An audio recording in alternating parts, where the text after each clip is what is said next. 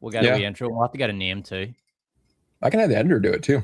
He did my 100K one, and I loved it. I'm sure he could come up with something. Anyway, we're live now. Hello, everybody. Good evening. Hey, welcome to the Greg and Despot show. Or somebody in the last stream had a good. They had an acronym. Well, do you remember what it was? Well, I wanted to call us Gods. I like Gods because it's going to be the Greg and Despot show. But then I thought that's too humble because it acknowledges that I have an equal, and I don't. Do you know what I mean? I'm the despot. I'm above all. So, well, I mean, I like to think that I'm hosting and you're co-hosting right now. So, but I think the audience understands what's going on here, and that's fine. I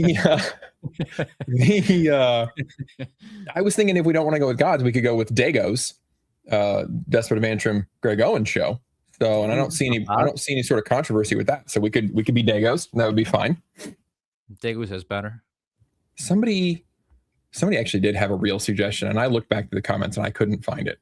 On our previous one, I don't remember what we were talking about. One of my members, Deanna, wanted to thank you personally because I guess her dad was a Navy pilot, and I'll have to look back. You'll have to look at the comments on mine. We were talking about something, and I think you mentioned something about the military and how they weren't movies didn't do them right or something like that. So she threw a thank you at for representing them properly. All right. Oh, well, Despot bounced for a second.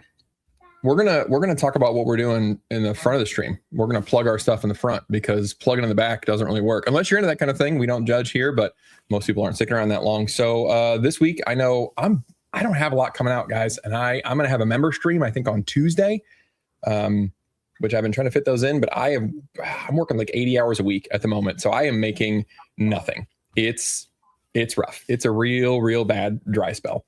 Actually, I don't know if Despot knows this or not, but you can just throw memberships in the chat if you want to, like that right there. You get 10 every month. So yeah, I've got a video hopefully coming out this week though about books. I don't have time to edit a lot, so it's like an hour long, and I'm just chatting about books. It was mostly romantasy books, the ones that I read from December, but then also just other books, whatever comes to mind. I hope it's relaxing. Everybody likes it, but that's what I'll be doing this week. Despot just got off of a very successful video recapping 10-year anniversary of possibly the start of the woke era, the Ghostbusters 2016. What else you got coming up? Yeah. So I'll be releasing a video on April 1st, but I will withhold the topic for now. It's going to be a bit of a U-turn for me in terms of my channel, but people will understand. I like it. Keep it mysterious. All right. Well, our next guest is something of an anomaly because, there are fake fictional wizards. There's Rincewind, the assistant librarian. There is Dr. Doolittle the Brown, as his friends call him, or Radagast. There's Caboth, who's no longer a magician or wizard, and maybe he will be. We'll never fucking find out because Patrick Rothfuss can't finish a goddamn book. But this is the real fake wizard. Here he is, and a big congratulations to him for hitting 100K recently. Huge. Thank you. I appreciate that. Yeah, there's a lot of fake wizards out there. I just happen to tell everybody that I'm a fake wizard. A lot of the audience appreciates the honesty. Right. So you've had a beard is real though. You've had a couple of banger videos recently. One actually just dropped today about Lord of the Rings, which we're going to talk about a little bit. So we'll loop in some of this pagan accusations in. But what do you got coming up this week that you're really excited about working on? Oh, I'm finally going to talk about Harry Potter, and I'm looking forward to our conversation here if we get to it. There's a lot of everybody's talking about Snape and the casting around Snape, but I'm going to focus on the fact that Harry Potter is the last fandom standing. This is it. This is the last one. Everything else has fallen by the wayside for some reason or another. Either it finished or it got destroyed, and this is it, man.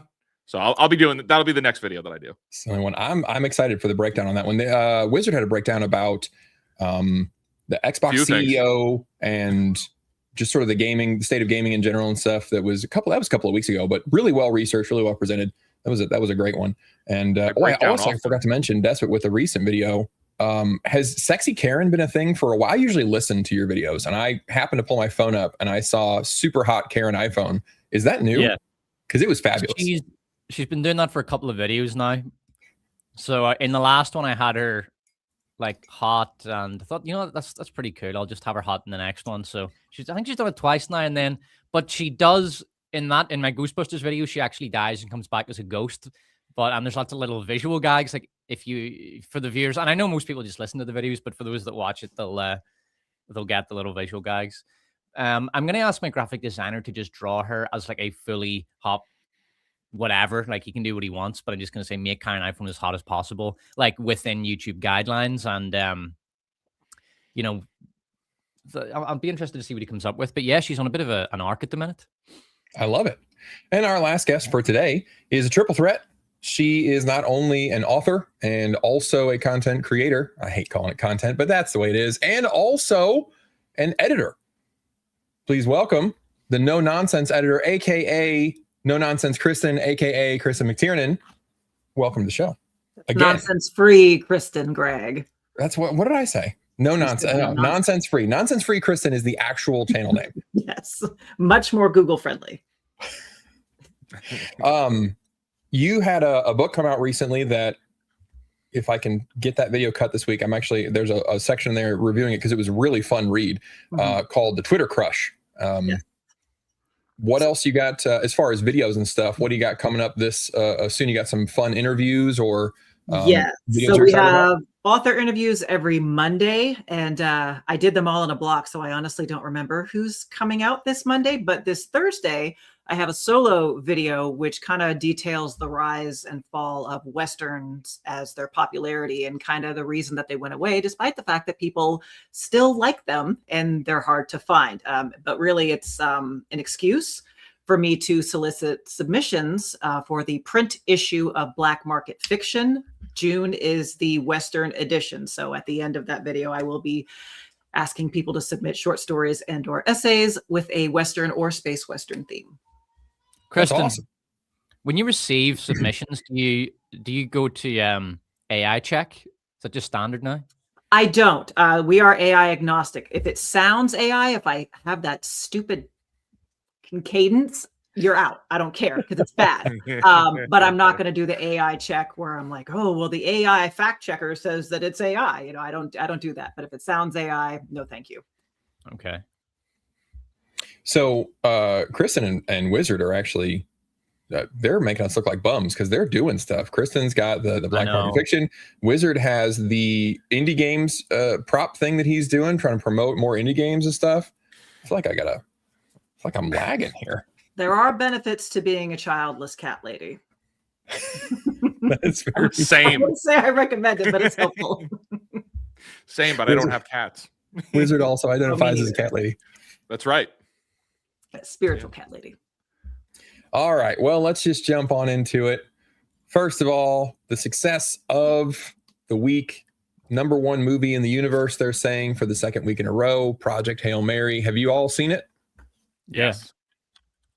And what did you guys think? Because I'm gonna glaze the hell out of this thing. So we should, if anybody has any tempered opinions, we should probably go with that. I also loved it, and more so than the book, because anytime you get deep into the science, I don't like that. I know that I'm in the minority there, but I liked the movie better. Oh, I want to hear more about this because this is an interesting take. Because I'm not a science guy at all. I scraped a C in science in my, the last year I had to do it in school, and I was delighted. So, Kristin, what did you not like about the sort of dance science? I loved the science of the book, like I loved it. But what did you not like about that? It just bores me, and I have the same thing when it comes to like technical specs for weapons as well. Even when it's important to the story, like, oh, I have a particular weapon and the trigger speed is XYZ, and that's why I'm able to defeat the bad guy because his gun isn't as good as mine. I still hate it. I just glaze over. I don't care. Like, I'm actually much more like, if a wizard in your gun made it work instead of like the trigger speed, I'd be more interested in that. So I don't know if like it's a male brain female thing. I was gonna ask you, do you think that is a difference between male and female readers? I really think it is, because people are like, oh, you're not like other girls. But in a lot of ways I am. I don't like hearing about like the specifications of things. I hate it when people check my science. Like when I write time travel, I intentionally make it really vague because I don't want to hear a thing from the autists who understand science because it's just like, I don't care. I would much prefer like a la Outlander. You just touch the magic rock and you time travel. I don't know why there needs to be physics involved. And I think that's a big part of male brain, female brain. We care more about people and relationships, and Hail Mary, the movie, really mastered that. It's just all kinds of feels versus, you know, and I never bothered with The Martian because that's a great point. One of the reasons the movie is such a big success, I think, is because it's so appealing to men and women. It hits on that, the relationship and the emotional aspect of it, but it's also absolute gear porn. It's not trying to be anything other than a story. It's not trying to. It's just there to tell a positive story with a positive hero figure. I think that's really it. This is not. I enjoyed the film. I'm very happy I saw it, but this is not like the greatest movie ever made. And the reason it's doing such gangbusters at the box office right now is because there's been such a dry spell of nothing even worthwhile of going, nothing worth going to see at all, that now this is so explosive because like, hey, that's what good feels like. That was good. I don't even think this is worth seeing a second time. Personally, that's not me saying that the movie's bad at all. It's just we have been inundated with garbage for such a long time that to have something come along that's even remotely good, it's like, yeah, Hollywood, you could print money if you just make good stuff. Yeah, well, it's I had to mute for a second. Mrs. Owen popped in here, Kristin, to emphatically agree that. So I listened to it a couple months ago to just kind of see what all the hubbub was about. We saw the movie, everybody loved it in my family. They're all listening to it right now, and she's enjoying it. Listening to the book right now, and she's enjoying it, but she's like the science, all the like I don't need any of that shit. Yep, like we exactly. That's the details. Let's get to this story. Yes. I'm here for the friendship, damn it. See, on the other hand, I that was the thing. I liked the movie a lot. I thought it was fantastic. The thing that was missing was the science, because what I loved about the book was, I mean, the whole story is optimistic, which I fully agree, Wizard, that like everything is so nihilistic and so dreary and just, you know, oh, aren't we cool that we're emo? It's not cool anymore. People just want the sincere optimism. But what I like about what the author did was he made science exciting because science was optimistic in the book. There's no problem that can't be solved if we just put our minds to it. If we come together and we're not afraid to fail and we engineer a solution and we try some stuff and we whittle away the things that don't work. Like, it made science exciting and optimistic at the same time. And that's what I loved about it. I heard there was a 3-hour and 45-minute director cut apparently floating around that they screened to people. I would watch the shit out of that if there was more of the trial and error type stuff. Yeah, I would watch it again if there was more content to be seen with it. But like in its current state, I don't see much of a reason to watch it ever again, personally. And that's not to say it's a bad movie at all. I actually think that if you did a director's cut, that would do awesome numbers on streaming. Because I think a lot of people, oh, for fuck's sake, did I jam? Did I jam there, Greg? You just got your robot. Your inner robot came out. Are you a synth? No, I'm gonna go fix my. I think my internet's acting up. I'm gonna have to go fix my internet, so I'll be out for a couple of minutes. Okay. Boo. All right, back in a bit. All right. That's that Kmart connection acting up. It happens, man. I mean, all the theaters were packed. I didn't get to see this in IMAX because I thought about it too late, and that was all sold out. I mean, I just looked up the box office numbers. Apparently, as of the second weekend, it looks like it's going to finish above 300 million worldwide. So that's fantastic. There was a Ryan Gosling, as a lot of people's new hero, because apparently in a recent interview, he was saying this is the way it has to be. Like, it's not the audience's job to keep theaters alive or keep studios alive or whatever. He came out and said that we have to make videos that are worth coming to see. And now I love him even more. Did you see the clip? Did you guys see the clip at all? No. Kristin? Saw the headline. Okay. It is organic. It happens almost on accident because he's walking into a theater and like greeting the people that are in the theater. It's not an interview or anything. And he's just talking with the audience, and he says, it's not your job to save theaters. It's our job to make movies that are worth going to see. It's our job to make things worth seeing. And it's like, oh, so there are some people in Hollywood that understand the business and economics of this all. Like there are some people even at the highest caliber as Ryan Gosling that understands that you have to give something to the audience worth them paying money and time to go see. So I'm pretty sure he got a call from somebody that said knock it off. That's after that, but no, it's ridiculous. But yeah, I mean, right there, Hollywood should cater to us. We are the customer. Yeah, 100%. And I can see why he'd be one of the people who actually understands that, because most people don't remember this, but he started off on the Mickey Mouse Club, with Britney Spears and Justin Timberlake and everything like that. And that's how I first came to know him. He was, we were about the same age. And if there's one thing I can say for that show, is that they understood that entertainment was their job. And if something didn't work, they would like acknowledge that, because they did improv and stuff like that. And they always called it out. It didn't work. We'll do it better next time. And I feel like if you start in a situation like that, especially if you're doing live performances, you understand that you live and die by making the audience happy. That's what you do. It's not actually their job to make you happy. And I feel like these, the Rachel Zeglers of the industry kind of are backwards on that. Yeah, absolutely. Yeah. Well, and I think Gosling obviously understands that, like, with things becoming more and more social, I think he understands the Michael Jordan philosophy of like, yeah, other people, right wingers buy shoes too. So I think that he's very smart in this of just, even if he does, I mean, maybe in his personal life, he agrees with, other crazy things that other actors and stuff are saying, but he clearly has the sense to read the room and read the audience and say the things, or he's understanding what's going on here instead of thinking of himself as more important than everybody else, which is excellent. Now Despot gets to be covered every time So Ryan Gosling tells Hollywood it's not moviegoers' job to keep theaters open. It's our job to make things that are worth viewers coming out. And so on that topic, I just wanted to share this. Can you share the article that I put up, Greg? Hang on. If I remove that and then do that. Aha. So Hollywood's sort of narrative is that, movie theaters, they're closing down and they're shutting down because it's an old thing, and then COVID and people don't do it as much as they did, and it's fucking streaming. I'm gonna go through a bunch of box office bombs from 2025. Stop me when you come across a movie that you think bombed unfairly and should have succeeded. Okay. Now I know you like Thunderbolts, Greg. We'll not get into that. But I've made no secret of the fact that I think this is a piece of shit.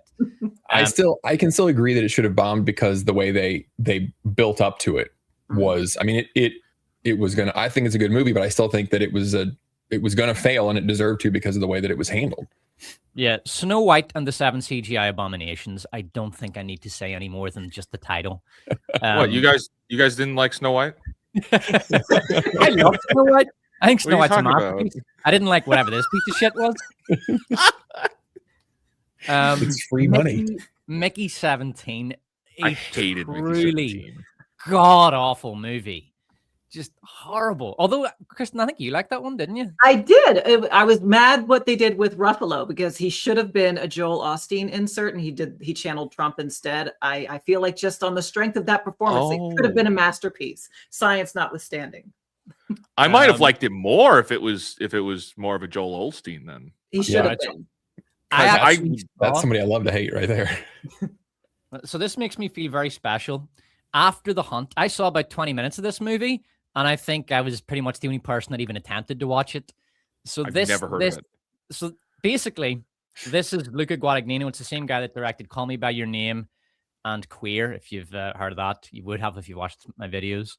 And this is an abomination. So I watched this for 20 minutes, and this thing cost like nearly $100 million to make. I don't know how, because for the first 20 minutes, it's a bunch of academics sitting around talking out of their arse, just talking wank. So they're having conversations about Freud, and then some wanky academioid walks in and says, "Oh, Freud, wasn't he a misogynist?"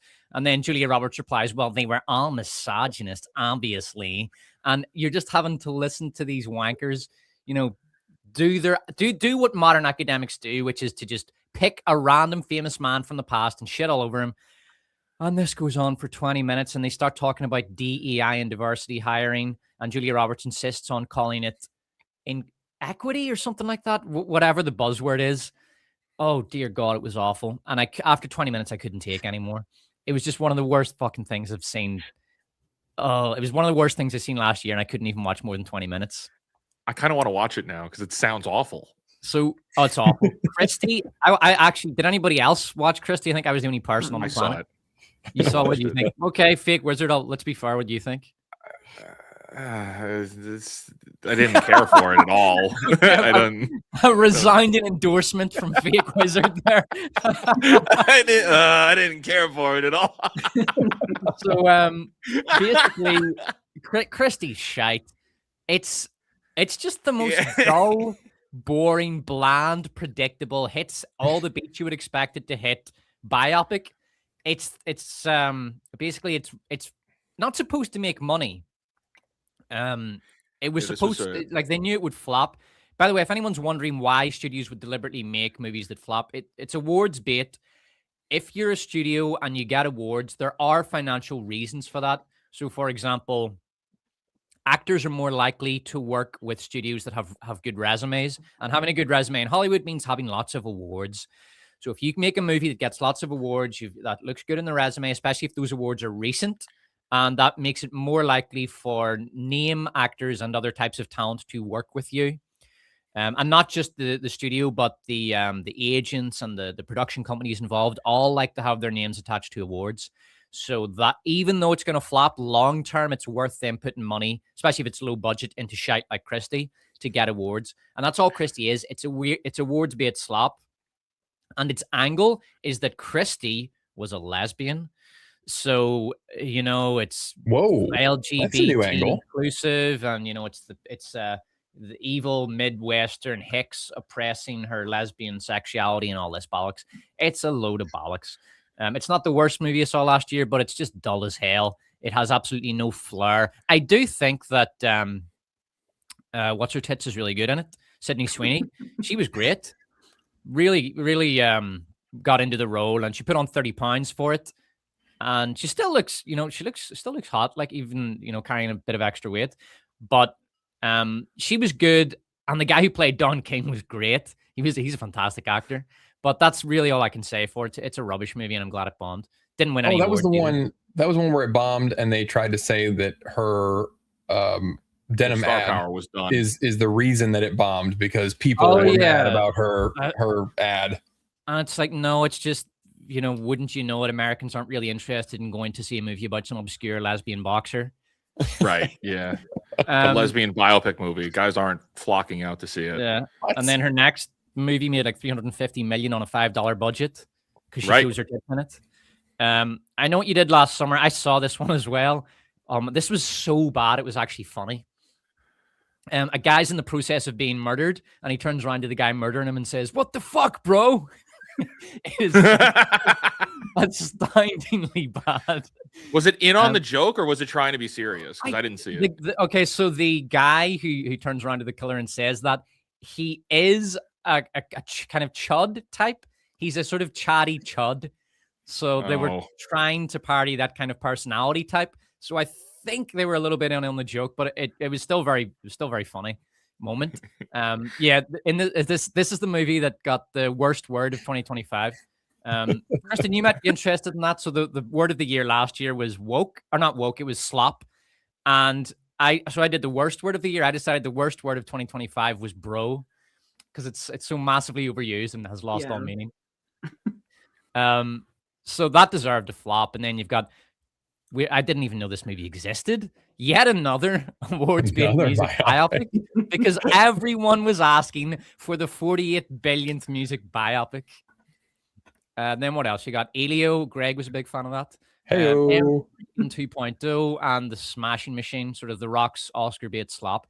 So you can stop sharing that, Greg. I mean, tell me which of those movies deserved to, be a smash hit. Which of them should have. I mean, Ryan Gosling is right. That's the kind of shite they are coming out with. Yeah. Right? To the tune of hundreds of millions of dollars. They all deserve to flop. Every one of them. They'll either do that or they'll do low effort, just, ooh, look, it's super saturated and shiny. You kids love fucking Cocoa Melon, don't you? Because that's the equivalent of what we're making. It's one of those two extremes. Well, especially with the Oscars' new rules, you're talking about the Oscar bait. I think with the diversity rules that they have, you can't now make a movie that is both Oscar bait and actually good. You used to be able to make both of those things in one film. Now it's like you have to pick one or the other. So it's like, okay, who wants to go see the disabled lesbian movie versus back in the day? Yeah, you had the boomer slop Oscar, Schindler's List, the 19 millionth Holocaust movie, but it was still a good movie. You can go snotty cry in the theater. But now it's like you have to make one that fits the diversity check boxes or you can't even be nominated. And nobody wants to see that shit, not even the people that it's made for. Oh, by the way, me and Greg should do a little victory lap. We both predicted that One Battle After Another would win Best Picture. Out of 10 movies, we got it right. Yeah. It was a tough one this year. Real tough with the ICE protests. It was so hard to predict. But I felt, you know what? They won't be able to help themselves because the whole ICE thing, it's kind of the current thing. And Hollywood just couldn't help themselves. They had to get in on it. No, it was so bad. And it was, it's funny. You can tell that people don't even care. I like to watch Man Carrying Thing. I think he can be pretty funny, although he can be a little insufferable sometimes. And his Oscars roundup was just that. He was kind of given opinions on it. Of course, One Battle for Another was his favorite. And all he could just say was it was great. It's the movie of the moment. And people are going to remember it forever. No, they won't. They won't remember it a month from now. Nobody gives a shit. It's not the movie of the moment just because it agrees with your politics. I think they'll remember a gun getting stuck somewhere. I think if they remember anything, it'll be that. That's very true. They won't remember Sean Penn having to get it up on command, which isn't a thing that can happen. It'd be nice. So with this, we'll move on from the movie real quick here too, because I want to bring up the book, because the movie doing so well has been getting people to read the book. And there's been an interesting, there's your standard contrarian bullshit where everybody just, it's a best-selling book. The movie's doing great. And so of course people come out of the woodwork to say, actually Andy Weir is a terrible author. And he also was interviewed by Critical Drinker. So he's, undesirable number one at this point. But people are bringing up something that there is some validity that his writing style is not, like, his prose is not great. I mean, it's just not. His dialogue is not amazing.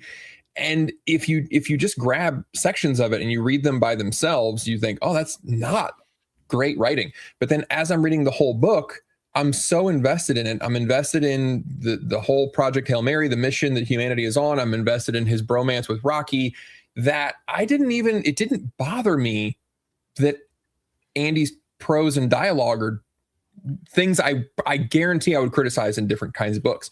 So I was interested in y'all's take on that, where is it this book or is it a different show or a movie where you can look at it and objectively think, I should be criticizing this, but I can't because I'm in love with it anyway.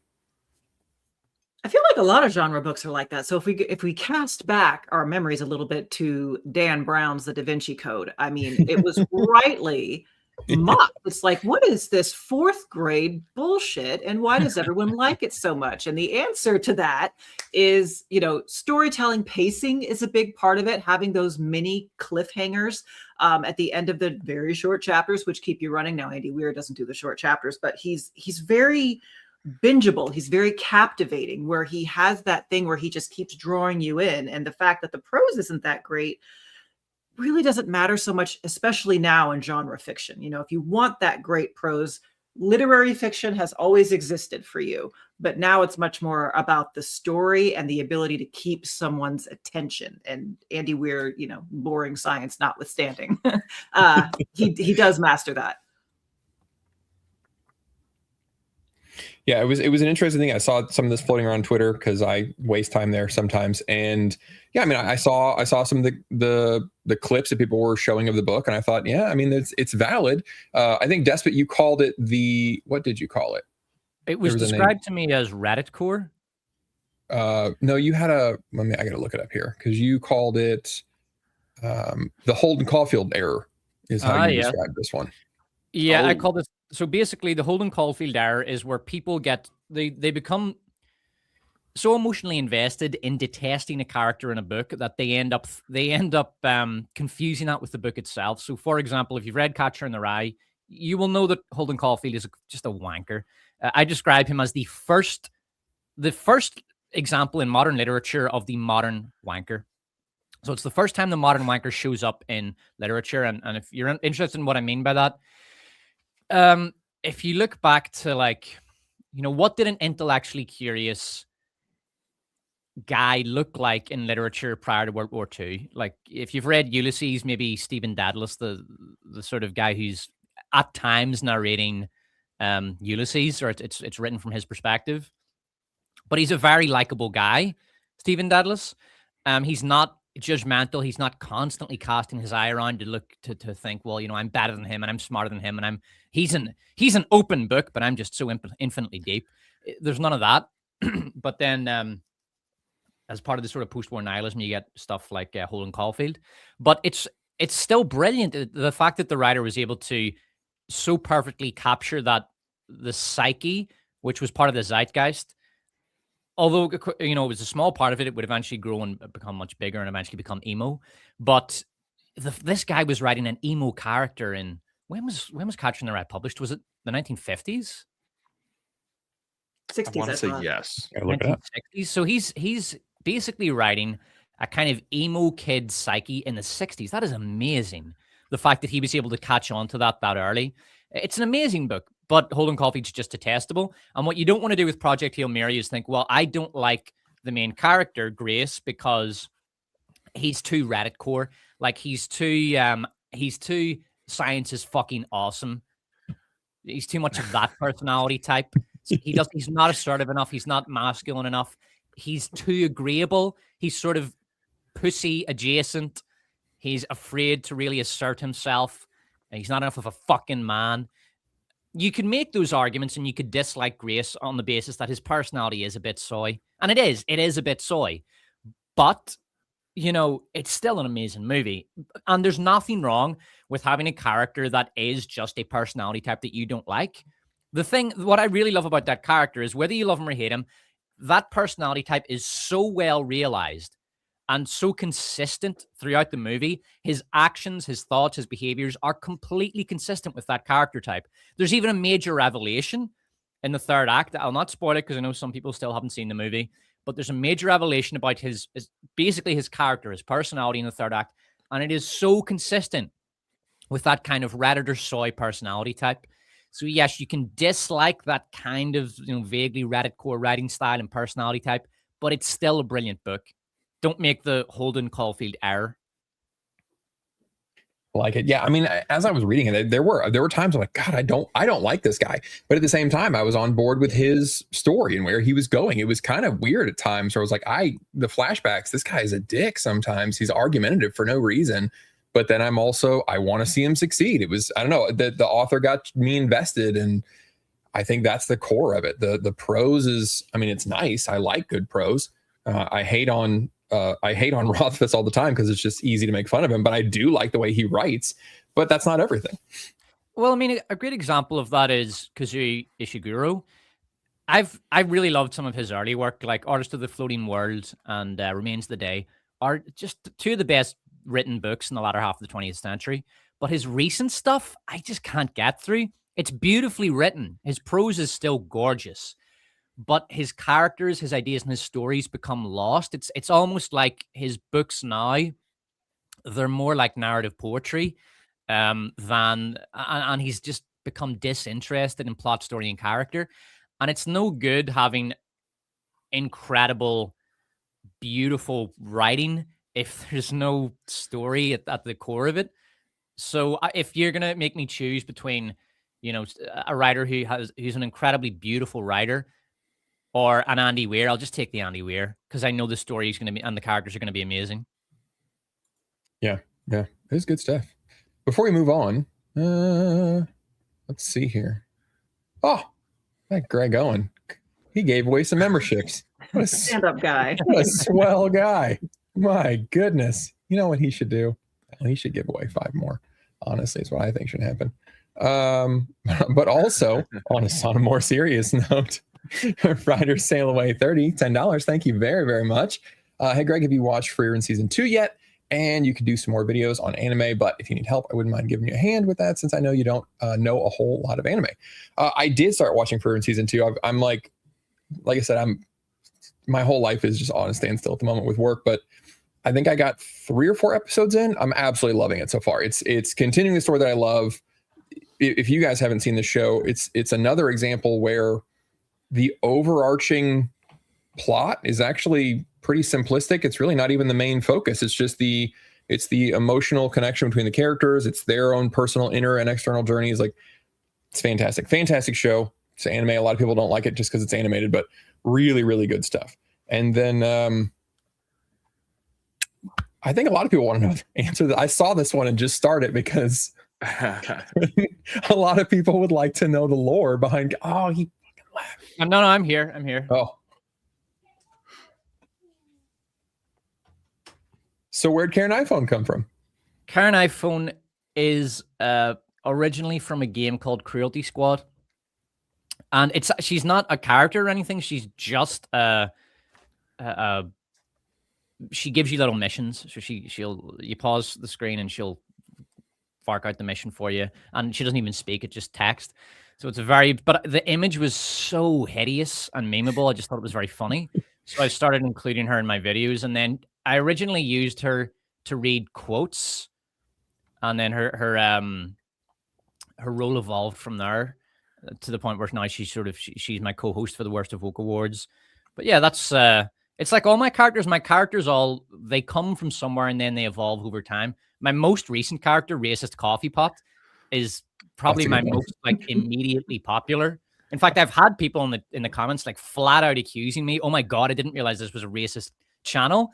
And I think they must have missed the Hidden Figures video, because they don't realize that it's a parody of the sort of condescending white liberal racism that Hollywood just infuses all their shite with. Oh, that's my most recent. The coffee pot's a fun one. Yeah. Not all, most of his jokes aren't racist anyway. Like with Greg, that was a great skit, by the way, Greg. It was a good performance. He just tells dad jokes. That's the thing. If it's just racist jokes, it wouldn't be funny. It has to be a mix. You've got to have some bad jokes, some sexist jokes, some corny jokes. Do you know what I mean? Even jokes you would tell a kid. That's where the humor comes from. It also makes it less predictable. But yeah, I do love my characters, and I like that the characters are completely organic. I don't sit down and think about it. Like, I've got another character called, what's his name? Scott. And Scott just, whenever he shows up in a video, I accuse him of some crime against geek culture and then execute him. Stuff like that. It's good. Poor Scott. He's been executed about a dozen times now. There's a little controversy. I'm gonna have to go back and rewatch this. This is another one that I think it's gonna be weird to rewatch, because I know Despot, I know you liked it. I made a positive video about it. Kristin Wizard, I don't know how you guys felt about Dune Part 2, but I loved it. And weirdly though, I forgot it existed until Part 3 came out. So it's kind of a bit of a commentary on it all by itself. And it's like fast food. It's great when you're watching it, and then just sort of disappears, and that's a little sad. Yeah, I've gone out of my way to I have not seen Dune 1 or 2 specifically, because I didn't think we'd get this far. I didn't want to watch the first one, and then it doesn't continue into the second, and then maybe we don't get to Dune 3. So I'm like, oh, I'm just gonna watch them all when Dune 3 arrives, because after The Hobbit and waiting to the next year, and then this was 2 years in between each movie, I'm like, I'm not interested in that anymore. Yeah, and I'm done with the trilogies method. So I don't really have much to contribute here. I want to know what you guys think, because I haven't seen any of them yet.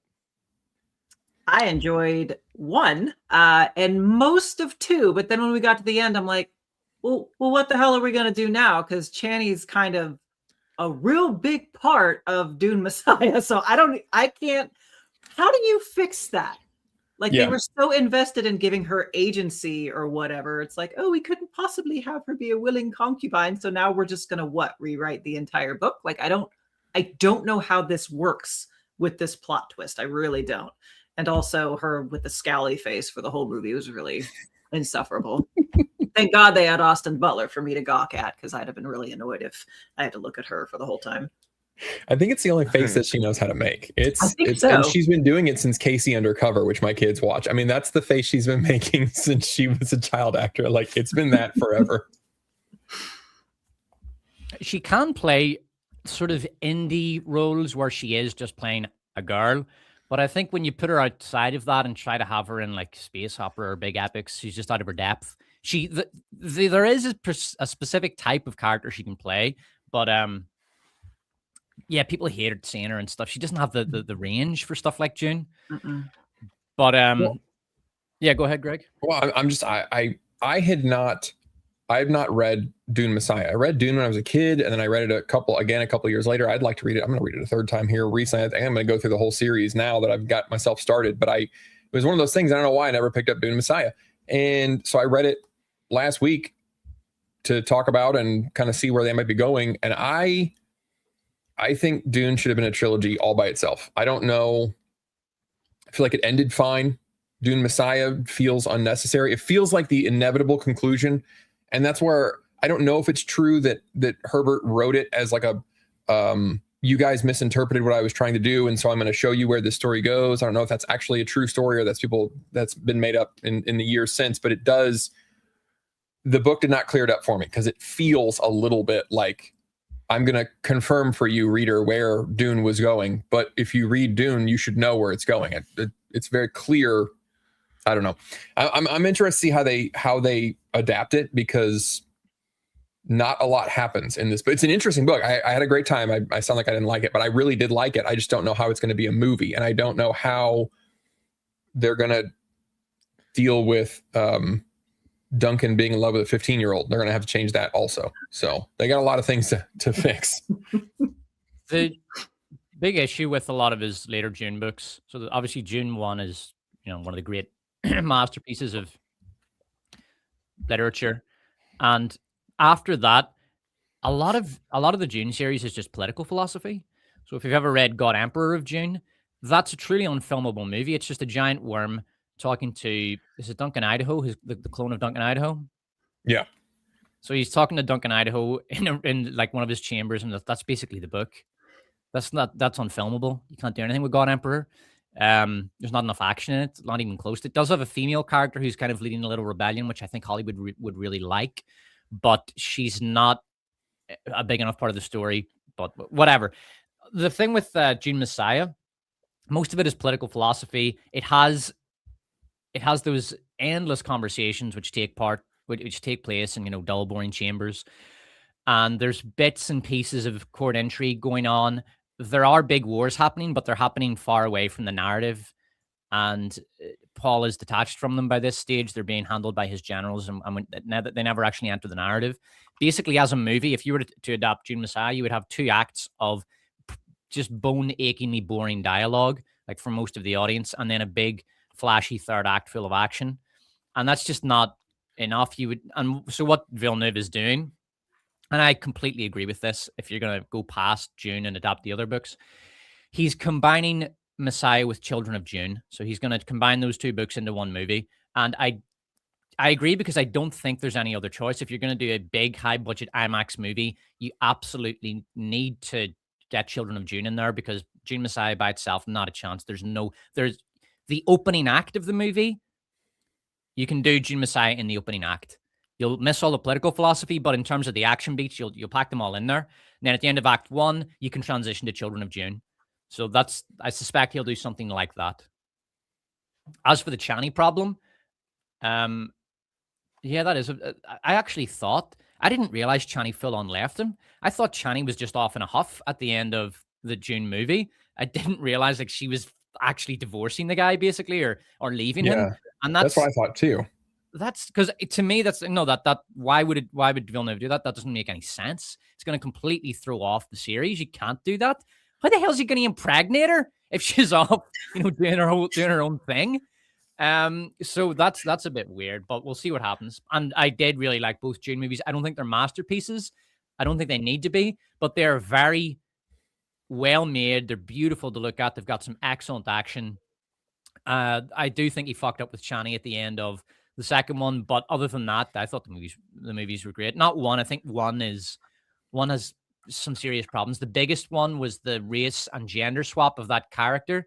The ecologist Kynes. Liet Kynes, yeah. Liet Kynes. That was just awful. I hated that. And there are other problems with one as well. But two is definitely a better movie.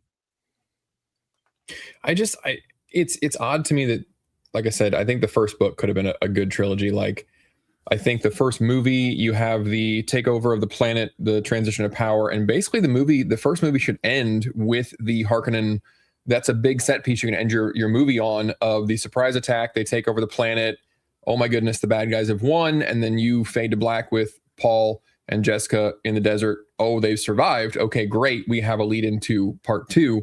Part two is the rise of Paul. And then part three becomes Paul realizing that he's going to cause a galaxy-wide jihad and trying to, thread the needle of how do I control this without letting it get out of control, and then finally becoming the emperor. I think that would be a great 3-part movie series. And I don't know. I just think by shortening it, something I want to get you guys' take on is how do you, like with Project Hail Mary, with this, how do you adapt something to a movie, and what are the themes? Because you can't do all the themes. I mean, Dune has 13, 15 themes going on at a given time, and you can't do that with a movie. Otherwise, the viewers will say, oh, it was a mess and the pacing was terrible and I didn't know what was going on. So you kind of have to pick a lane. But it seems like they dropped a lot of the political subterfuge and stuff, and that's the thing that was missing for me. What do you guys think is important when you're adapting a book like this? What do you have to choose to be the main thing? Well, that's the problem, isn't it? Because then the director says, okay, what do I want to say? And then they basically cherry pick the elements of what they need to keep and what they need to toss out to say what they actually want to say. So I feel like Villeneuve did a good job in kind of making it an action movie, a cautionary tale, and dropping the political intrigue. So maybe, I don't know, he's not a director who worries about taxing attention spans. He's not like a Netflix guy. But I feel like another director probably could have made a very, modern audience choice with what he had. But yeah, I feel like the directors have to kind of decide what they want to say with something this dense. With Project Hail Mary, not so much. Like I was glad that they dropped a lot of the environmental crap that was in the book. I thought that worked out really well, but you do kind of have to make those decisions of, okay, well, what is the final picture going to say and what is going to get left out? The adaptations are tough now because there's almost too much you need to cover, and I mean, we're seeing it. I mean, not to jump the gun, but we look at like what Harry Potter's going to do, right? And how they're doing the whole eight episode thing, and it's multiple years between seasons, or as I said with this, it's like it's multiple years between the movies. I look at something like One Piece now as the formula for doing adaptation. You get as close as you can, but you're going to have to cut some things out. Like it's some things are just not going to work, or some elements are going to perform better in a live action adaptation than it would in any other way. And unfortunately, I just feel like personally, and I'm curious to know what you guys think, I'm getting tired of it. Like I'm getting tired of constant adaptations always and forever now. Like everything is just going to be a book adaptation, or it's going to be a remake or a rewrite, or when are we going to get some new things? And that's the position I'm in. So, for Dune fans, this is great. And I'm looking forward to watching the whole trilogy. But as far as like constantly adapting or now, now it's, we got Project Hail Mary, and that was a success. And now immediately, they're doing Andy Weir's next book is going to get a movie. It's going to fast track into a movie. It's like, this is going to make money. I don't know. Maybe I'm just looking for something new that's not an adaptation of something that we have to compare back to. And I don't know where we're going to get that or at what point that happens, but it would be nice if that was a possibility. I think that would require a level of taking on risks that studios are just not interested in doing it. The reason it's all book adaptations or series adaptations all the time is because they're like, okay, this is a built-in audience and we know it'll do well. We just have to not fuck it up. And then also with the writers that they've got in the writing rooms, because they've got the DEI initiatives, they don't actually care if you're talented. They just care if you follow directions and you check the right boxes. So they're not hiring, the seasoned screenwriter who's been shopping scripts all over the place because he doesn't check the right boxes.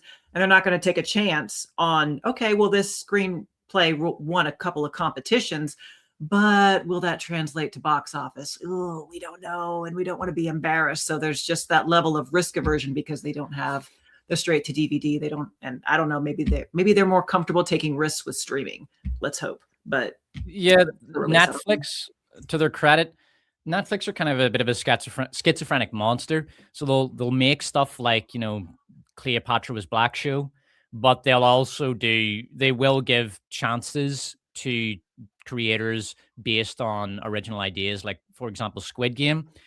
So Squid Game season 1 is and was and remains absolutely brilliant, but then they do the whole Netflix thing where they will just squeeze the IP to death. They'll do it with K-pop Demon Hunters. That's a great example. Another one, amazing original story, but now they're going to rape it to death, just producing sequel after sequel, spin-offs and all that bollocks until the franchise is dead, just like Squid Game. And they also gave Zack Snyder a big chance and a massive budget for, I can't even remember what it was called. What was that big about Rebel Moon? Rebel Moon. Oh my gosh, it was terrible. Hollywood, I mean, it depends on the studio. It's more so Netflix. Amazon even will do original stuff. Disney won't ever. Warner. They just confirmed that. I don't know if you watched their shareholders meeting. That was embarrassing. So Disney will never, ever do stuff like that. Netflix will, Amazon might, but it depends on the studio. And so there is original stuff there, but it's, it's a mixed bag. Sometimes it's an absolute smash like K-pop Demon Hunters, and then you get your Rebel Moons. So there is originality there, but I can understand completely where Hollywood's coming from. I mean, if you're an investor and you're going to put $200 million into a project, you're not going to put it into a completely untested, unknown IP. You might put it into a top bestseller that has a huge fandom. You might do it for that, but you're not going to throw that much money into an unknown. And that's nothing new. That's, Hollywood have been doing that for decades. A lot of the original stuff, what people forget is that, the original stuff from back in the day, it was made much, much cheaper than what movies cost now. And obviously that's adjusting for inflation. And one of the reasons for that is because the Hollywood weren't having to compete with low-level producers. Like, you can be an indie film and still make a really good-looking movie. Whereas in the 90s, if you were using indie equipment, it would look like a fucking home movie. Right? It would just look like trash if you didn't have proper professional equipment.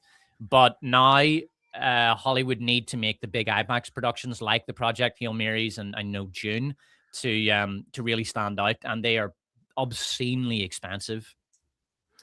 Well, let me pose this question, because you guys, of all the panels I'm on, you guys seem to know exactly where I'm going to go with this question, because you guys have read the books, so you know Dune. I do not know Dune other than, that was the thing that inspired bits of Star Wars, right? I haven't read the books. So for me, I will be watching these movies, and that will be my first introduction to the Dune story, truly.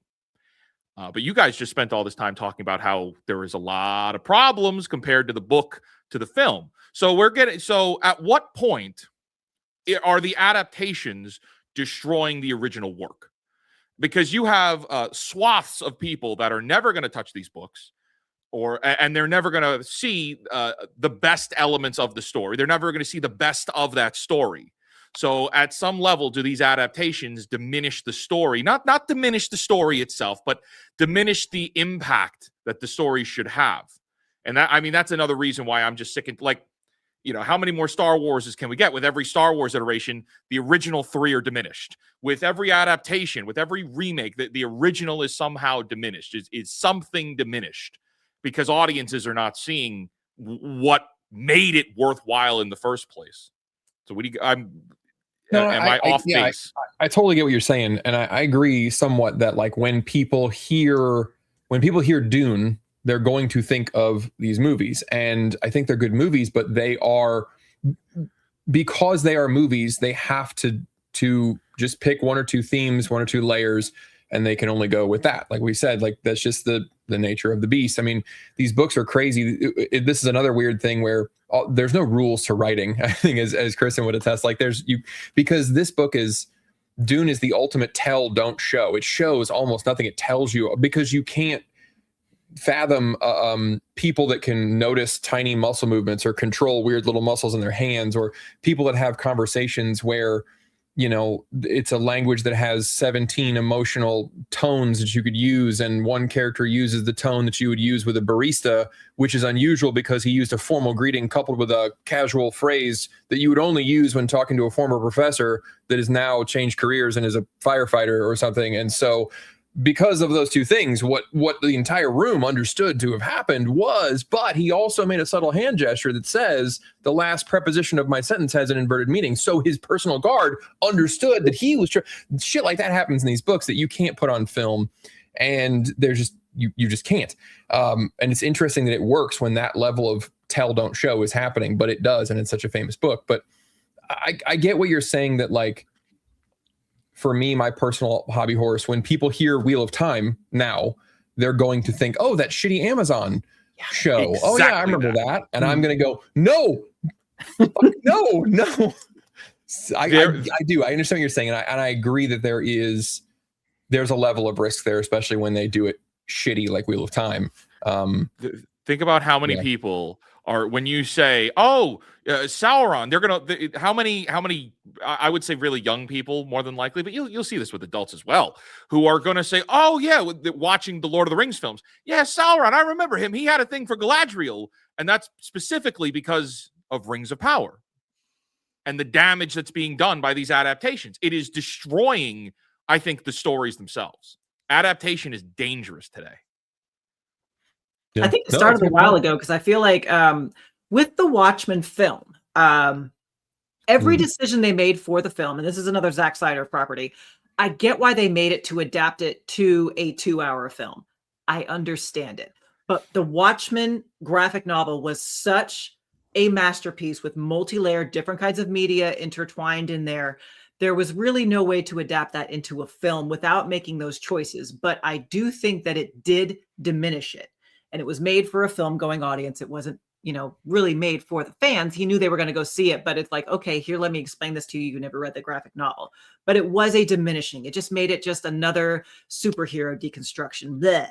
If it wasn't for the guy who played the comedian, who is just a smoke wagon, it would have been completely worthless to watch. Because that graphic novel was a masterpiece. And I hope that people would go back and read it, but will they? If the movie is all they have, and we won't talk about that fucking HBO show, we won't even talk about that, sacrilege. But yeah, there is a diminishing factor to it, I think, in some cases, in a lot of cases, maybe. Well, I would be an example of that, because I haven't read that graphic novel. So when people say Watchmen, I think of Dr. Manhattan's gigantic blue penis. Like that's all that's in the graphic novel too. That's what you think of? But that version of it, that's all, that's what I picture in my mind. And I'm told that it's subpar. That's what's joking. But everybody tells me that, it's very subpar or whatever, but that's the only version of it that exists in my head is that movie. And so that's the best that I know of right there. And that is a little sad. Yeah, I think it would have taken like a prestige HBO miniseries to do the graphic novel justice. And I guess they didn't want to do that at the time. And then when HBO got a hold of it, we got Black Dr. Manhattan, and I don't want to talk about it. Well, speaking of adaptations, we're gonna adapt this one again. Oh, why? I mean, we know why. Yeah. Money. Because we want money. But here's the thing. I'm actually a little bit curious if you guys think that this will make a lot of money, because the young people, the youths, which, I'm hip, I'm relevant, it's cool. I know youths. Harry Potter, it's like a millennial and Gen X thing. I mean, and a lot of us are getting older to the point where we're not at like so into it at this point. And I don't know how well this is going to do with general audiences, because I think Harry Potter is one of those things that, you know, for all of us at our age, there's like 20-year-olds that are like, yeah, Harry Potter's old. That was made in the 90s or something, you know, the 1900s. And we're going to feel like, you know, want to die. But I don't know how well this is going to do, because I just think this property is getting older and it doesn't carry the same weight as other properties. I don't know if you guys agree with that or not. I don't know. Honestly, it's hard to say, because it's online. It's a mocking point. You know, the Zoomers tell us, oh, we have another personality besides Harry Potter. Read more than one book, please. We're begging you. Fair enough. Fine. But from watching the trailer, I think curiosity might help it do well at first, because there's going to be enough differences from the films, and it sounds like even from the books, that they'll be like, well, I'll just tune in, you know, for the memes, for the lols. We'll see how it's different. Now, if it hooks the audience, I guess that depends on the quality of the show. Does anybody know what Snape has done other than about to be the most polarizing figure on the internet? Has he been in anything else? You mean the actor? Apparently he was in some other stuff, and from what I've heard, he's a good actor, but I've never seen him in anything myself. I think this show is going to be a litmus test. This is the ultimate. This is the final test of Hollywood, from my perspective, because all of the franchises, all of the major fandoms in Hollywood have burnt out in some way, and this is the big test of, can we restart them, and can that regain? Can we capture a new audience? Greg, similar to what you're saying. I think normies are going to flock around this. You're going to see all of the normies that don't listen to us. They're not watching, you know, what we make or what we say. They're not watching, but they're also not watching any other sides, or they're not taking sides. They're just consumers. They will watch this, I think. And what's going to happen is we will see that this will be the next Stranger Things in viewership. You're going to see a massive uptick in HBO Max subscriptions for Christmas. This is going to be as big. There's a reason they're dropping it on Christmas. It's because they saw the hype with Stranger Things last year, and they're like, oh, you mean when everyone's home and everyone's together and everyone's on their phones and online, we can drop a show and it'll break records? Yes, please. Why? We're not waiting till summer of 2027 or spring of 27 like we originally wanted. Get that out now. And even if it's just the first episode, it doesn't matter. It's going to get viewership. But it is the litmus test, because if it's explosive, you're going to see Star Wars completely remade, new cast, all over again. You're going to see the MCU restarted in some way. You're going to see Cobra Kai is going to get a new refresh, restart. Everything is they're going to turn the engine back on for everything, starting from zero. Oh man. This is the test. This is the big test, and unfortunately, I think that's what's going to happen. I think this has problems getting from season 1 to 2, because if there's any problems along the way of getting there, because the movies are still extremely culturally relevant. You have the theme parks that people are traveling to, spending thousands of dollars to go see. Like, Harry Potter is still a thing. People, this show has big shoes to fill. The music is iconic. You had John Williams' music behind it. You had some amazing performances from legacy actors that are no longer around. That's a big deal, you know. And this guy, the dude playing Snape, you know, whether or not you like the casting choice, this guy is going up against Alan Rickman, who defined Snape for a generation. And most of those people didn't read the books. A lot of people read the books. Not everybody that saw the movies read the books. So they're comparing it to Alan Rickman. But it's going to be everything like that, comparing it back to a movie that I can quote verbatim for each film. So I think there's a lot going on here. Hollywood, this is the big gambit, is what this show is. Do you think that it has any chance of being actually good, because the format of being a show gives them the license to tell like the entire book, maybe add in some filler details, that a little bit more of the Wizarding World, a little bit more of the happenings around the castle, all that sort of thing? I mean, the first book is actually shorter than I, in my mind, remember it to be. It's actually a pretty short book, the first one is. So do you think that it's a good choice to go with a show where you have more hours than a movie where you have to make those choices we've been talking about, where we have to cut this, we can't bomb Antarctica, we can't have this, can't have Count Fenring. Is this a plus maybe? If you were to do something that nobody knows, it could work. But with Harry Potter, that this is a 2-hour movie or 2.5-hour movie that, again, you can quote verbatim. Yep. Each episode, what's going to define this is, can they make the episodes satisfactory in isolation? Do I feel satisfied as the runtime ends on episode 1? Or am I going to be annoyed that it ended on that point in the story? Like, I know what's next. And I think that could hurt this, because knowing what's next and knowing I can just put on the movie, I'm done. I don't need to wait till next week. There is nothing to look forward. I know the entire story inside and out. So it's going to take massively strong performances. And I think the whimsy that this trailer doesn't show, there is no fantastical whimsiness to it. That sounds really silly to say because I'm dressed like a wizard. It sounds ridiculous. But there is nothing there. The episodic nature of doing this is such a gambit. They almost might have been better doing it as longer films or a streaming event kind of film. Change things up a little bit. But I don't know. Hollywood has a massive problem with making episodes that are satisfying on their own. We look at One Piece. Again, I don't know if you guys watched One Piece, and if you didn't, it's okay. Each episode felt like a full movie.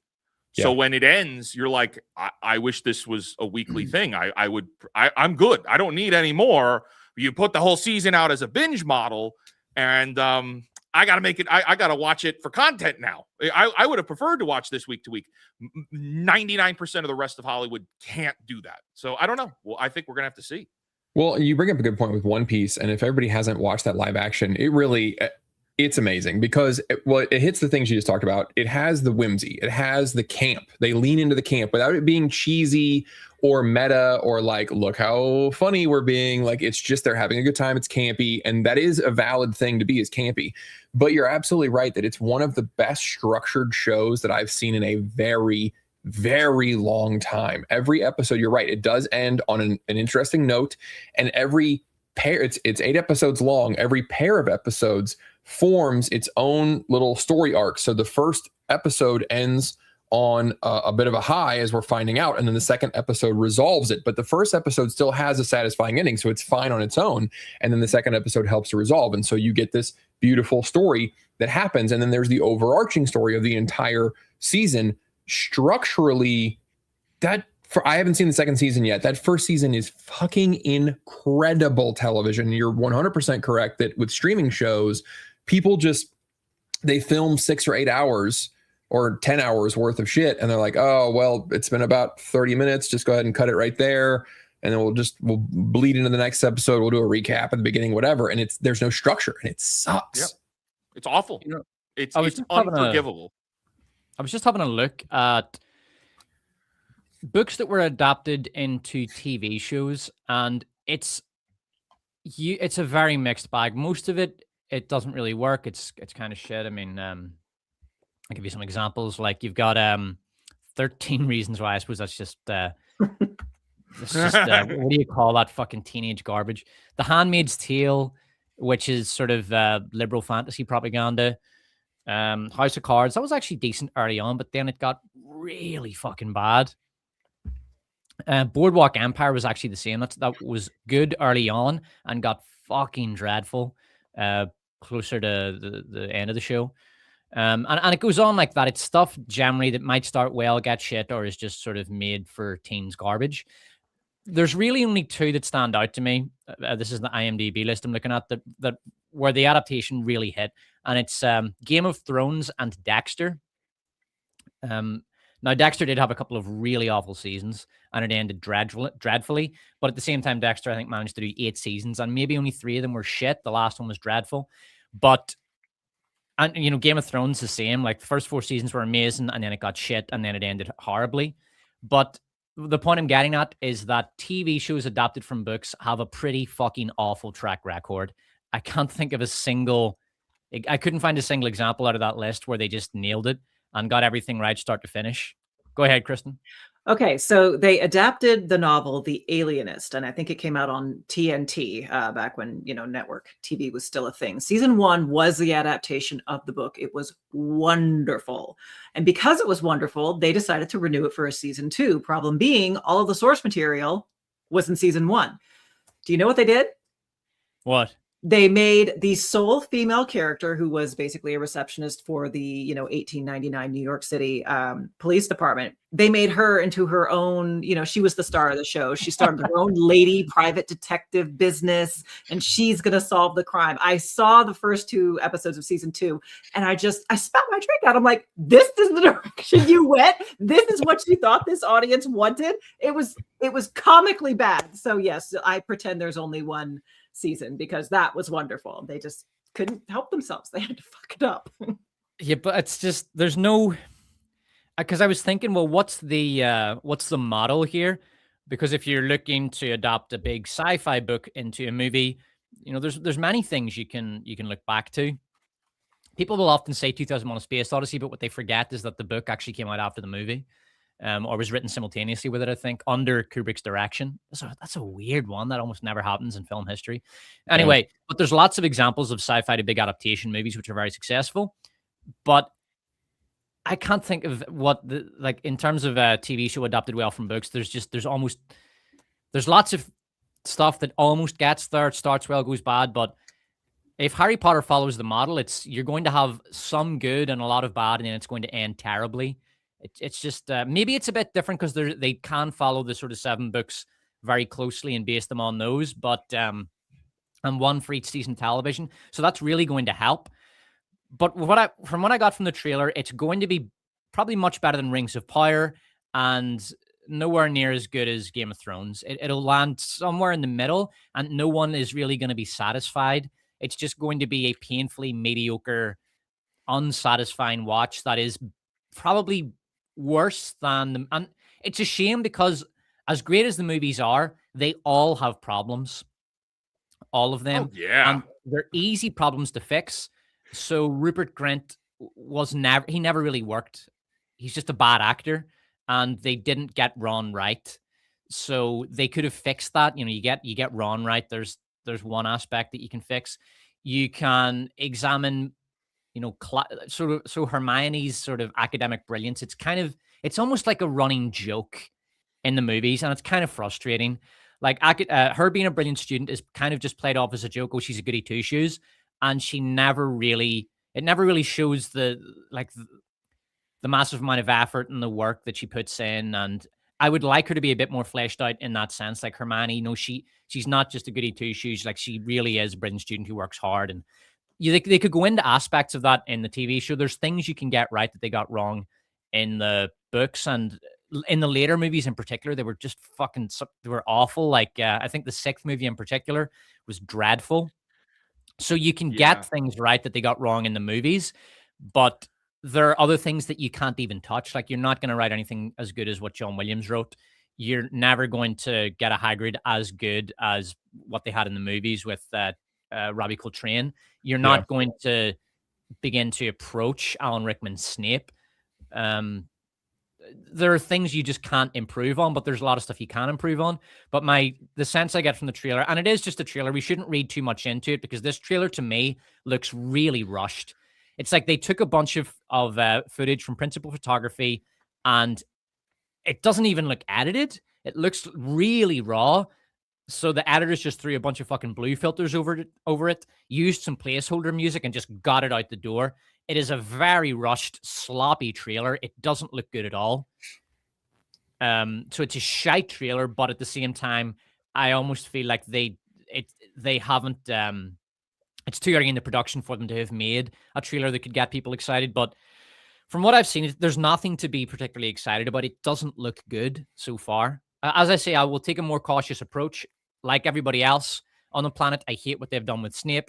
But other than that, it doesn't look too offensive, but there's just not enough to go on from that trailer, in my opinion. I heard that they have shot, we're going to see Hermione discovering that she's a witch and she's been invited to Hogwarts. And I think scenes like that will be a positive thing because they're not in the book and they weren't in the film. but they will be something new, and we have the opportunity to kind of like flesh that out. You know, did she really love school? You know, when she was in her Muggle school, how did her parents react? Things like that. So I think having that extra breathing room in a show might be a good thing, assuming they don't inject weirdness into it. Yeah, we'll have to see. Hopefully they'll come more out. I didn't realize it was Christmas. I didn't clock that. So yeah, this is early. I guess they're just gauging reactions and stuff. Yeah, the trailer almost feels more like it's more like a sort of culture test. Like they're just putting a little bit of it out there just to test the waters to see, well, do we need to adjust? It's because it is a really raw, undercooked trailer, and they can make changes. They're not going to change Snape, but they can make changes to other aspects of it at this stage. So I think they wanted a little bit of audience reaction before they, you know, go too far into the post-production or the editing to the point where they can't change anything.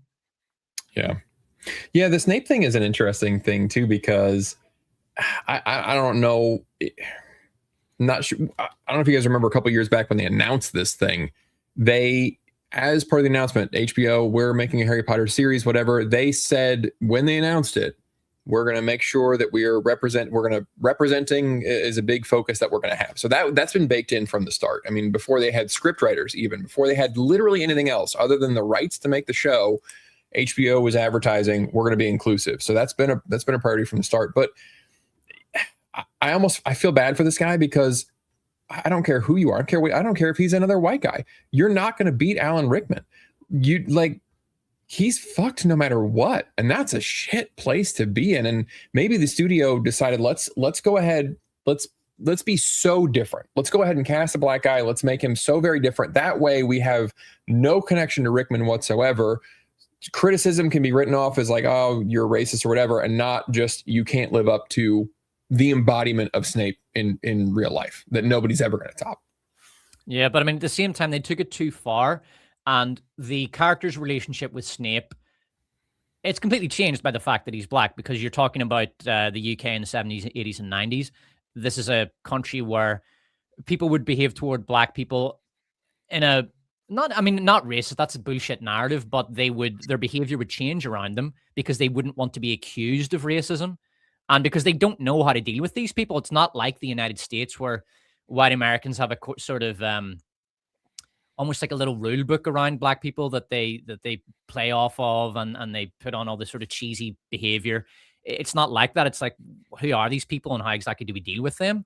Because these were people that the vast majority of British people had never really interacted with. So it doesn't work. It requires you to suspend belief too much. But again, HBO don't think about this. It's almost like they're making it from an American perspective. It's wrong. It's stupid. But we'll not talk about the Snape race swap, because it's become, as bad as it is, it's become just too much of the focus of the criticism. There's plenty of other things to criticize about this without going into that. Yeah. Well, before we get into our next fun adaptation talk, Writer Sail Away 30 again for $5. Thank you very, very much. Has the same opinion, worried that Hollywood is going to take the wrong lessons from One Piece live action. And I completely agree. I think, Wizard, you were talking earlier that One Piece doing well, if this does well, it's going to be, the remake wave is going to start back up again. And you're absolutely right. They're going to take the wrong lesson. Yeah. And they're just going to think, oh, the kids love live action. And maybe maybe Disney wasn't doing it right. Pokemon live action. What do you think, Greg? Pokemon live action. When? Nightmare fuel. Wasn't that Ryan Reynolds that they had in that movie? Yeah, that movie Detective was Pikachu. Forgettable. Mm-hmm. Yeah, that movie was and I think this was from you, Despot, $10 for Count Kilroy Graff. Please tell me you're doing a video. Is that the April 1st video? Hang on, reaction time. Is that April 1st? Is it The Bride? It's not the April 1st video. Thought you had him, Kilroy. I'll give you a clue. The April 1st video will involve Jared Leto, but that's all I'm telling you. Oh, it's a Tron Ares video? We'll see. Basically, I will be doing The Bride, yes. So after my April 1st video, I'm going to be doing my next video after that will be that movie about how World War II was actually won by a bunch of like black female mail workers. And then after that, I'm going to be doing a big video, like, you know, like it might be 3 hours long. And it's basically going to be about feminist cinema. So all of the feminist shite that has come out for the past 10 years. And that is where my review of The Bride is going to come in. I'll probably call it like the nightmare world of feminist cinema or something. I still haven't even seen that one. There's just only so much time. And I also guarantee, like, The Bride, I'll be talking about it in my May video, but I will also be, it is without question, it is going to be in my worst movies of the year video in December. Oh, yeah. Like, you're talking, I would be shocked if it doesn't make the bottom 5. It is fucking dreadful. It is so terrible. Just can't wait to see it. Dear God, it's awful. I could go on and on and on. It's just the most nihilistic, misandrist, hateful, feminist, tired pile of shit. It's like something straight out of 2017. It's god awful. It's dated. It's tired. It's fatiguing. It's like, shut the fuck up. Oh, and it bombed so gloriously. Like, it made, I think it brought in about $5 at the box office on a $90 million budget. Just beautiful. Let me get this one. This was from you as well. $5 from the real Hosty. Starting to think that audiences don't deserve good movies anymore, considering how much slop they give money to. And I don't like to blame the audience very much, but I see the validity of that statement, that at a certain point, if we keep buying it, they're going to keep making it. And we share a little bit of the blame there. Before we go into this next one, I'm going to switch it up because I'm zany. I'm a crazy guy. Despot, if you've got footage ready, and I know Wizard's going to come back. Kristin said she was going to said she would be a part of this section, but she's going to have to talk about Mario 3 because that's the last game that she played. But Despot had a great idea to talk about some of the stuff we've been playing, the games we've been enjoying, because we shit on a lot of things, but we do enjoy stuff also. So we're going to take a minute here to just do the what are we playing section. Despot, you want to go first? It was your baby. Yeah, can you show that? I think this is the right game.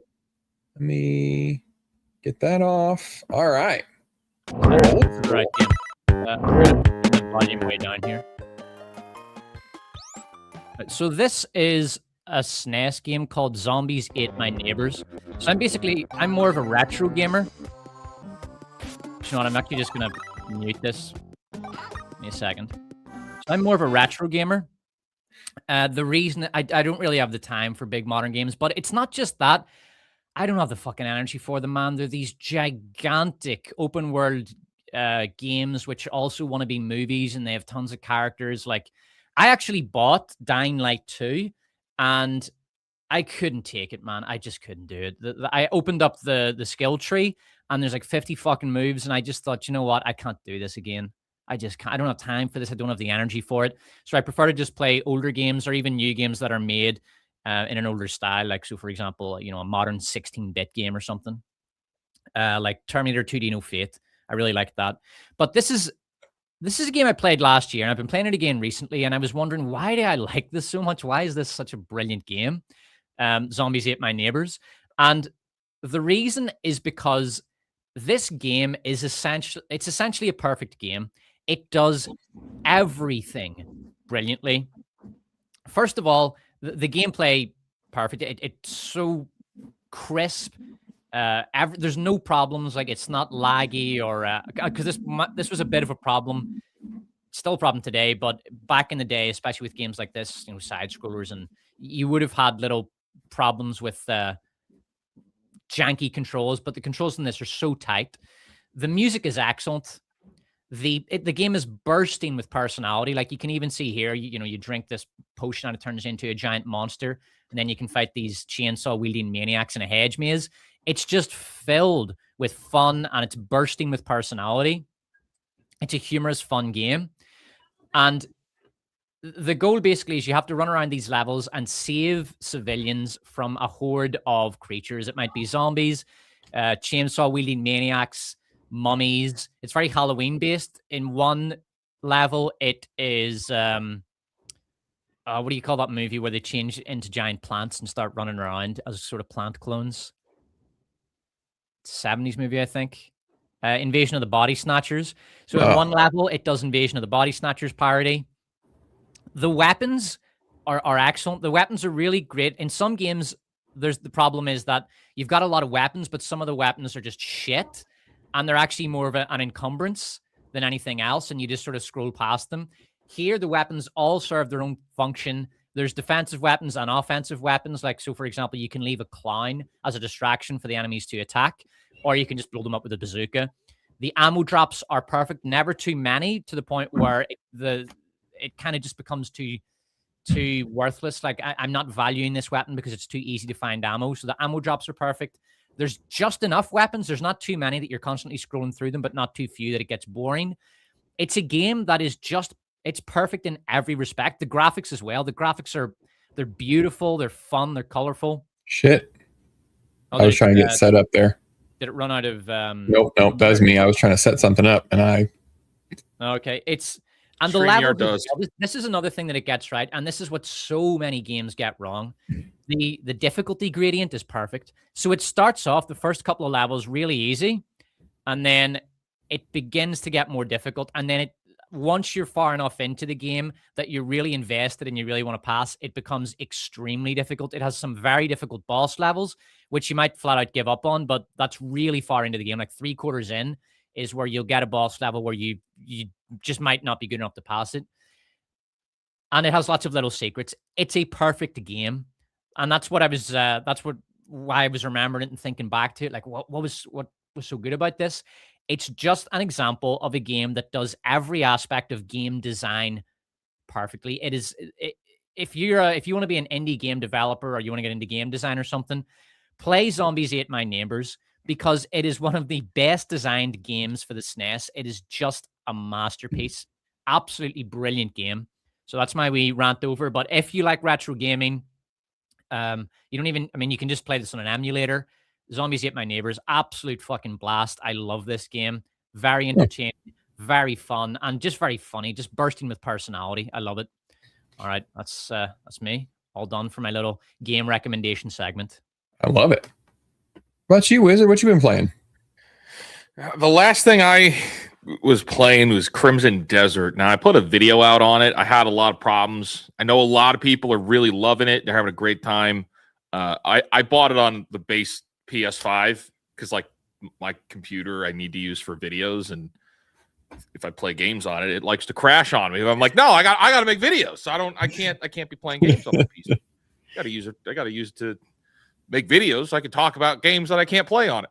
I have a lot of problems with it because it's not optimized fully for base PlayStation 5, but that's I put a few hours into that, and I'm hoping to get back in a little later on.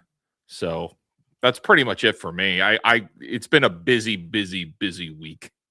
You've been cranking videos out a lot lately, so yeah, YouTube has the faucet turned on for me right now, so I'm like, cash in now. I don't mean actually cash, but I mean like now's the time. Yeah, take advantage. Turn it off, never turn it back on. So I'm just gonna keep making videos. Crimson Desert has been pretty polarizing. Some people hate it. Some people just think it's incredible. It's the solution to all the problems we've been having, but it's pretty tepid for you. Well, it specifically has a brightness color contrast problem on the base PlayStation 5 where it's not optimized properly. So like it requires too much to the point where I can't see what I'm looking at. Like it goes so dark because it's trying to do this realistic lighting. It doesn't work. And it just blacks out whatever it is you're staring at because of how dark the shadows are. So I'm like, I can't play this for that long. And no matter how much I optimized it, I've tried different monitors, TV, gaming monitor. I'm like, I can't get through it. So it's, eventually I will go back. They're working on patches actively. So eventually I'll go back and give it a proper restart, try it again once it's patched in 3 years. But I'm glad I spent $70 on the thing. I'm super happy about that. It's all the paying beta testers have given all their feedback and found all the bugs for them. That's good. Exactly, I like modern gaming that way. I'm glad I could be a paid beta tester. It's the status of gaming today. What a mess.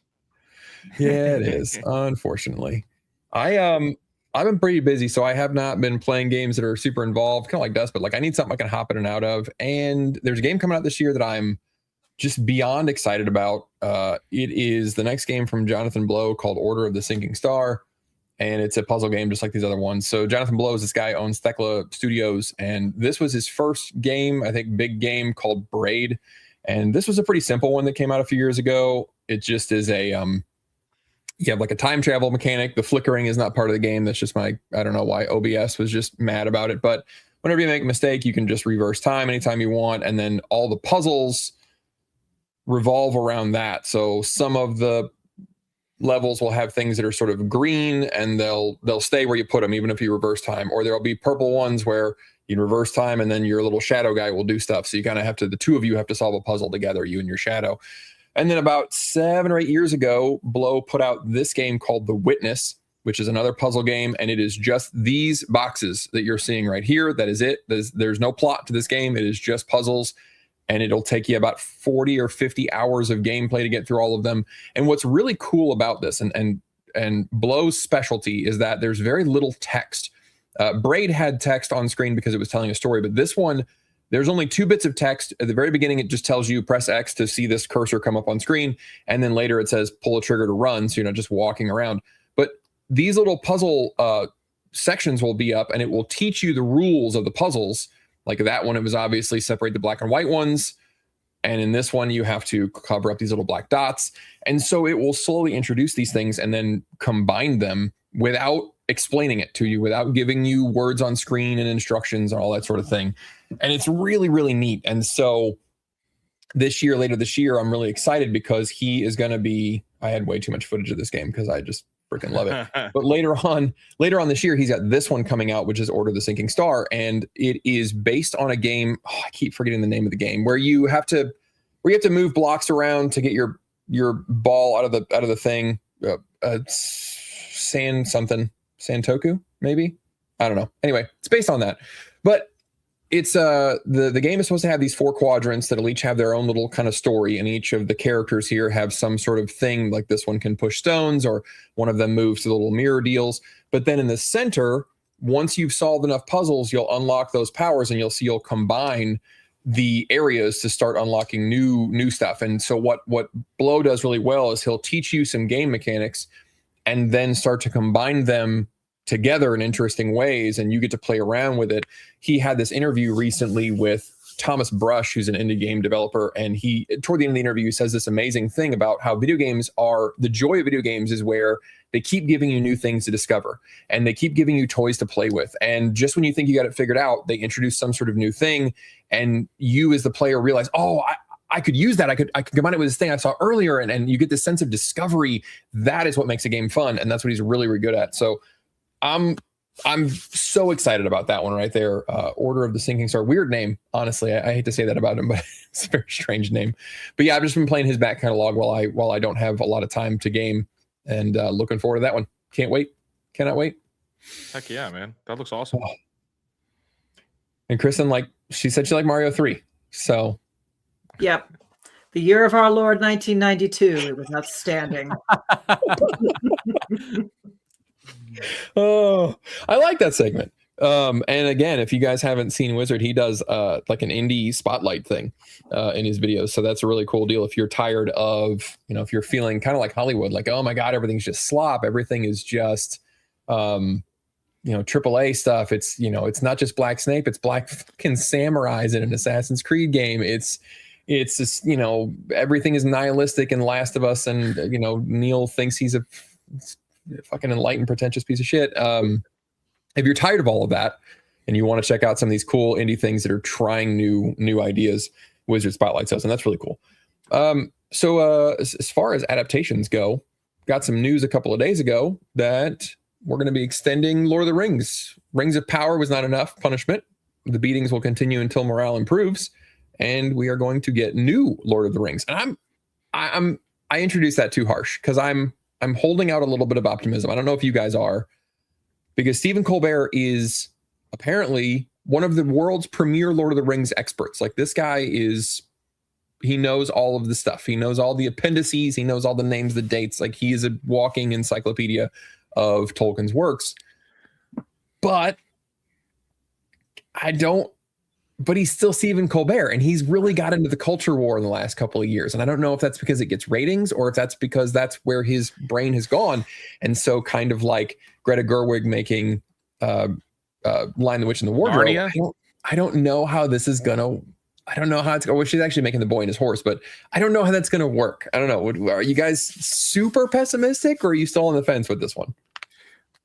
I think cautiously optimistic. Because he genuinely does love it, and you can tell because he had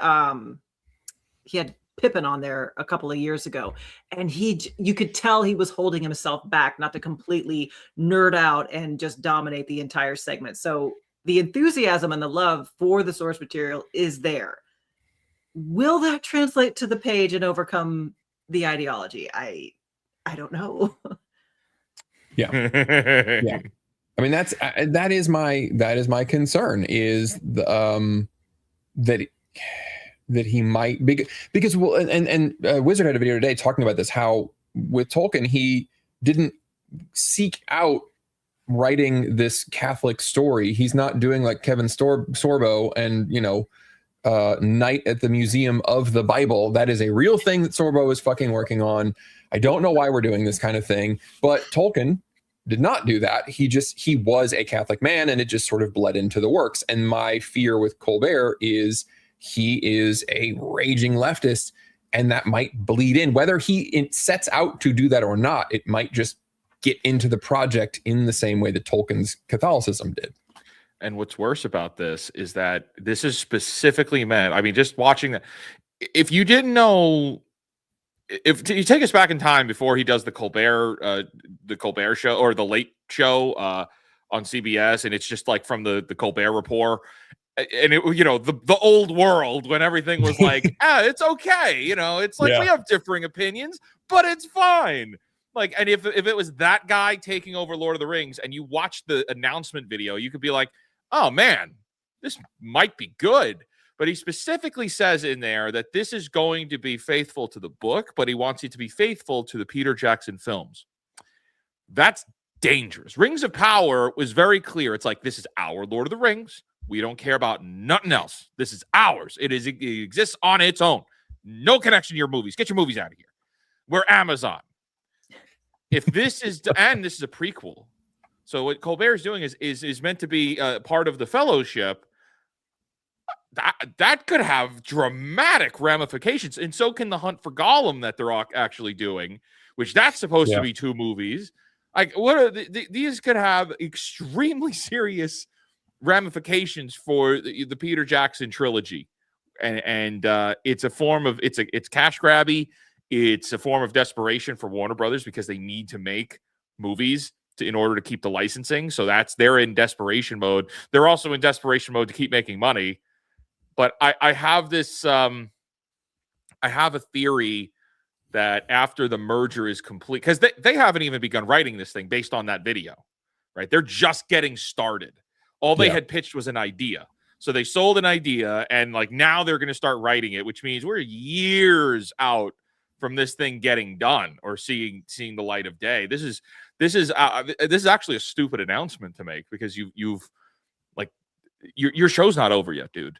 You could have gone on a comedy tour. You could have done you could have done anything else. But now, before your Late Show is even finished by a few months now, you're already saying you're doing a Lord of the Rings movie, which there's an extremely high chance gets cut because of how polarizing he is. That's not to say that the Ellisons or Paramount eating Warner Brothers, like, oh yeah, they're right-wing Republicans. They're not. They're not at all. They like making money. And if they see this as being something that will not make them money, I can't see them doing it. But that's I have 2 very simple predictions about this. One, this movie is not going to happen.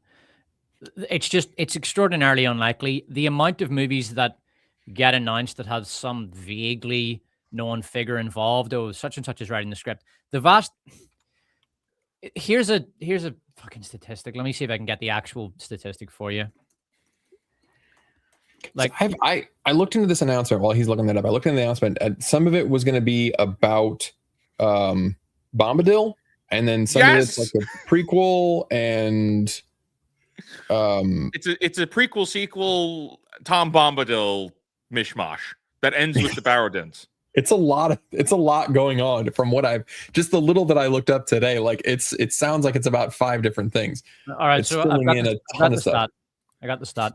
Every year, the Screenwriters Guild registers about 50,000 scripts, and only 150 of them get into the production. That's about a 0.3% chance to get your script made into a movie.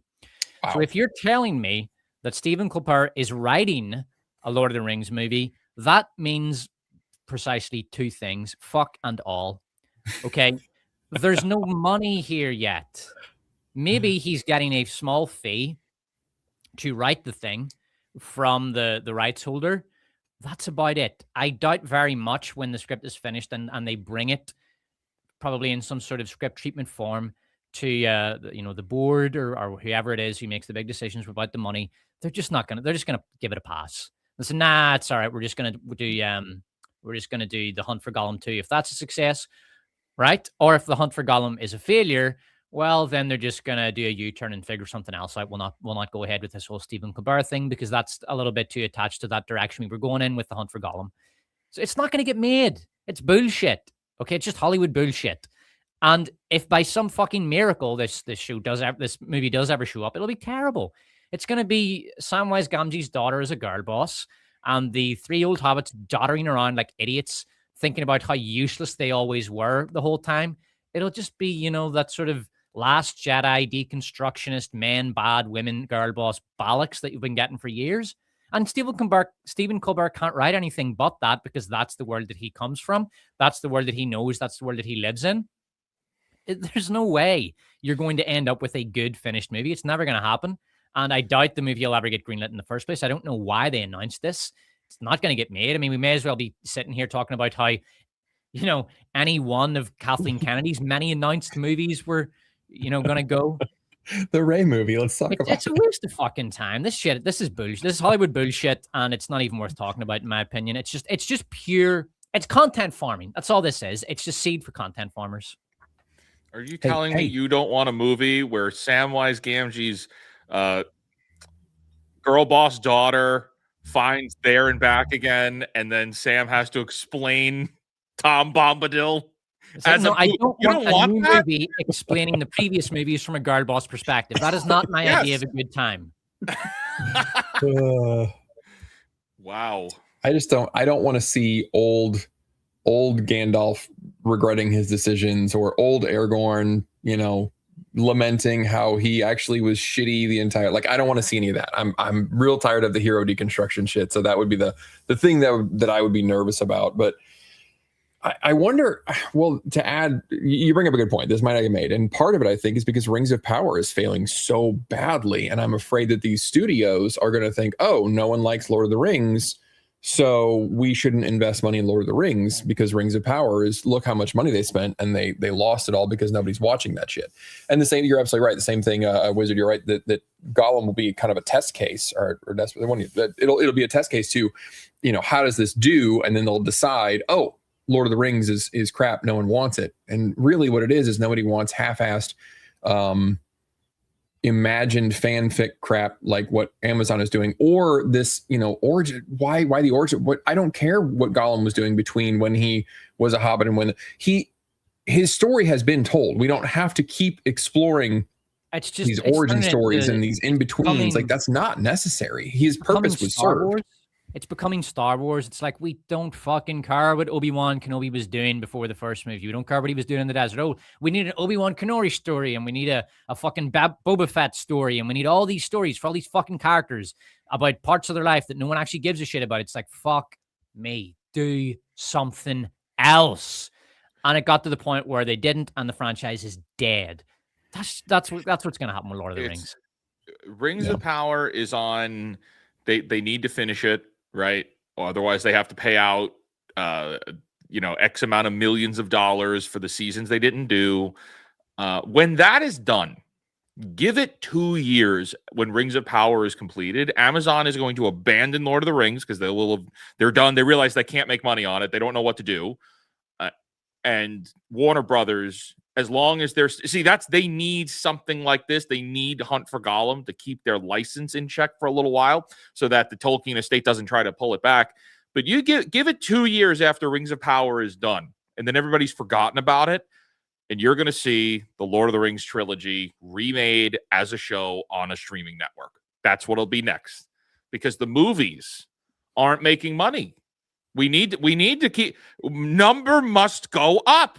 The number must go up. And the only way to do that is if we remake Lord of the Rings. That is what is next. And Harry Potter will set that in motion. I'm telling you, everything's going to get remade with Harry Potter being a success. It'll just take years to get there, but it's happening. Yeah. I'd be interested to see if the animation stuff. So I don't know if you guys saw the news. Wheel of Time is getting another chance as an animated series. Part of, I think IWAT is doing it. Some of the folks that were doing Arcane are working on it. And it's a bit of a mixed bag because I guess some of these companies are invested in AI, so it might be AI generated animation. But I'm interested to see if people are going to try to move that direction, where we'll keep reviving series, but we'll animate them because it's faster and cheaper if we use AI to do it, and we'll see how that goes. There's a comment here I want to call out. It's Dianoga, or How I Learned to Love the Trash Compactor. Iconic comment. That is a fantastic comment. There it is. That is a Star Wars deep cut, and I love it.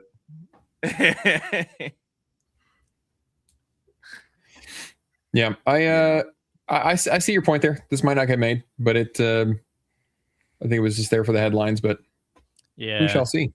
We shall see. I got one more thing I want to talk about. We'll wrap this up. Speaking of things being late and not needing to be done, watched this week because it was pitched as this big bombshell on Netflix that Louis Theroux was going to go inside the Manosphere and he was going to expose everything. And I didn't realize that there was such a thing as documentary slop, but this is it. This was the most tepid. All the musical cues and the way he was talking, I thought some sort of bombshell was going to happen. And maybe it's because I've seen these guys. I've seen these red pill manosphere or whatever you want to call it. I don't care about splitting hairs or the semantics. I've seen a lot of these guys. I've seen the stupid, crazy shit that they've said. So maybe it's because there was nothing to surprise me there, but I like to believe that at this point, I mean, before the show, Kristin she said, like, this is like 10 years too late. I like to think most of the general public already knew most of this crap. I just don't see the point of this documentary. This was dreadful. Go ahead, Kristin. I think it was a face-saving issue because the way it was edited and the way he was talking, I think the way he had hoped or maybe even planned for it to go was to have all these little minor characters. And then he wanted Tate to be like the pièce de résistance. And I don't know if it's because Tate went to jail or because he's just done giving interviews, but he couldn't get him. And so I think what he put out was not what the plan was. And he was trying to build up to something and it just never did. It just sputtered out. We got these minor characters. And it even dropped before the Sneeko Tate gay accusations, friendship blow up thing happened. So there's really nothing interesting. There's nothing new. It just starts off with this Tate clone, the little TikTok crypto degen who says nothing interesting. He just, for some reason, beats up a random man on the streets of Spain. Like, that's the most interesting that happens in the whole thing. And it didn't work. There was just nothing interesting. I think even for pearl clutching normies, it was just like, oh yes, just awful online internet male behavior. It was, nothing at all approaching what I think Louis Theroux wanted to do because he couldn't get who he really wanted to get. Yeah. Yeah. And it's just, I agree. It just seemed like I couldn't tell if he was trying to like an expose, because the one guy, he did get him to admit that basically he doesn't care about his audience. He's just like, I'm here for the money. I do what gets clicks. I don't give a shit, So he was kind of going for this, like peeling the mask back and look, these guys are fakes and they're frauds. But then he didn't really commit to that line. And so a lot of it was just kind of like you said, getting clips of these guys saying weird stuff, but they say weird stuff live by themselves. Like there was no secret information that he was digging into. There was no point. And he didn't even show the worst stuff. So Myron Gaines is a truly atrocious character. And the reason he got kicked off of YouTube is because he put a Klan hood over his face, dropped the hard R N-bomb all over the place, and made monkey sounds about other Black YouTubers who were going after him. That's why he got booted off. And Louis Theroux didn't put any of that on there. And I'm like, so if this is, it's not even a correctly done hit piece. I'm like, what are we doing here? Yeah, he didn't do the that Wes Watson guy that we used to hang out with Fresh and Fit, like, and he just got arrested. So that would have been good to put in there because it would have lined up quite nicely. He got arrested for like beating his girlfriend or something. He's a real piece of shit. Like, yeah, there's all kind of, I mean, just for shock value. I agree. Like, okay, put aside the fact that this doesn't really say much. It didn't even have the shock value that it could have had. It was fucking boring.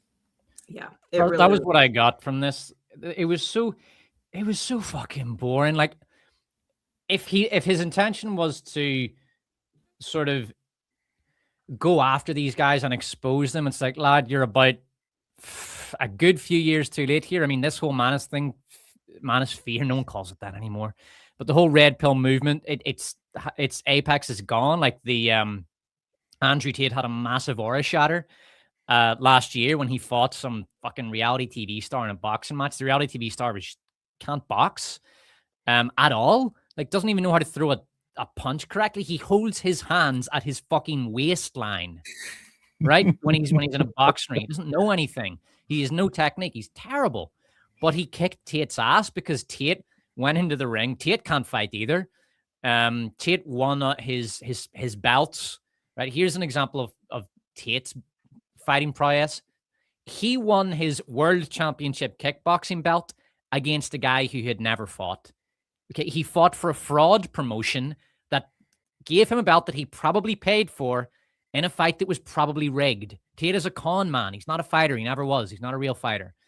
A lot of his fights were probably rigged or they were pay to win. And he was fighting another guy who does pay to win tourism.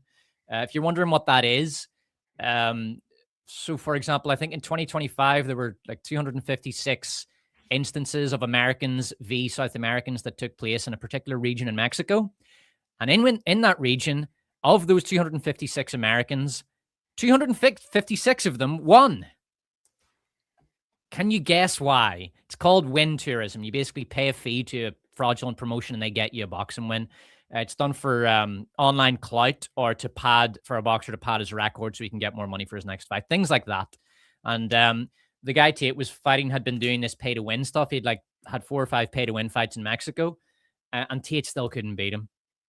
And this was Tate's last ditch defense of his reputation. You know, I might be getting accused of sex trafficking and my, CoffeeZilla might have exposed my grift, but I'm still a fucking man. And he goes and gets his ass beaten, and he looks like a wee cream puff. And he's a wee furry man. I could beat the guy, and I'm not even kidding. I seriously think if I got into a ring, he's a bit bigger than me, but I think I have a decent chance against him, with my amateur background. But it was pathetic. And the whole Manosphere thing's done now. Like, Andrew Tate's done. Like, he's just had that massive aura shatter. And this documentary is fucking Louis Theroux talking to, I think, 3 or 4 guys. And this is what I got from it. They're so, these guys, they are so fucking boring. All they talk about is bitches, money, the stuff they own, and, the success they have had in life. Like, fuck me, these guys could bore. I couldn't believe that this is what passes for TV now. These unbelievably boring guys just talking shit about themselves forever. Like, one wee guy, the first guy was talking to his claim to fame, and he was bragging about this. This was his fucking brag. It's like, bro, last night got a fucking blowjob in the toilet. Yeah, I was fucking filming this bitch while she was going down on me. Yeah, this guy, and it's like, that's a brag now. I went out and a girl gave me a blowjob, but that's not a big deal, my man. Like, me and the guys I used to hang out with, that wasn't like, it's not hard to get laid. This is that's not like a Wednesday night. It's like, that's just called a Friday night down at Lavery's, lad. That's not a claim to fame. That's not, you don't get clout because a girl gave you a blowjob. Like, what the fuck is this? And Louis Theroux was there with his sort of wide-eyed, like, "Oh, what, really? She gave you a blowjob in the queue? Oh, did she know she was being filmed?" Oh. And it's like, it's not the fucking 1920s. Louis, he came off as such a pearl-clutching Victorian. It was pathetic. I thought this was embarrassing. And I think Louis Theroux was partially doing this because he failed to expose that pedo in the UK, Jimmy Savile, right? And he even got called out on it in this documentary. The guy turns right and says, "Oh yeah, I hear you're big mates with Jimmy Savile, mate." "Yeah, Louis." And Louis goes, "Oh, actually, I exposed Jimmy Savile," and he did not expose Jimmy Savile. He did a really softball documentary with Jimmy Savile, and if anything, he made Jimmy Savile look like he was the victim of false accusations. Okay, that guy had fuck all to do with exposing Jimmy Savile, and he's making this documentary as a cope. He's desperately looking to fix his reputation after the fuck up with Jimmy Savile, because that destroyed his career, and it showed that he doesn't know how to do an expose. He doesn't know how to do his fucking research, because if he did, he would have got Jimmy Savile while Jimmy Savile was still alive. And you can probably hear him a bit angry about this, but this is a big fucking thing in the UK. People were really, really upset about the whole Jimmy Savile thing, and this piece of shit had a shot to expose him, and he fucked it up. And here he is doing the whole Manosphere thing in a desperate, pathetic attempt to salvage what's left of his shite reputation. And guess what? He fucked this up too. The documentary is a bomb. It's fucking awful. It's him talking shite to three of the most boring fucking guys you'll ever meet in your life.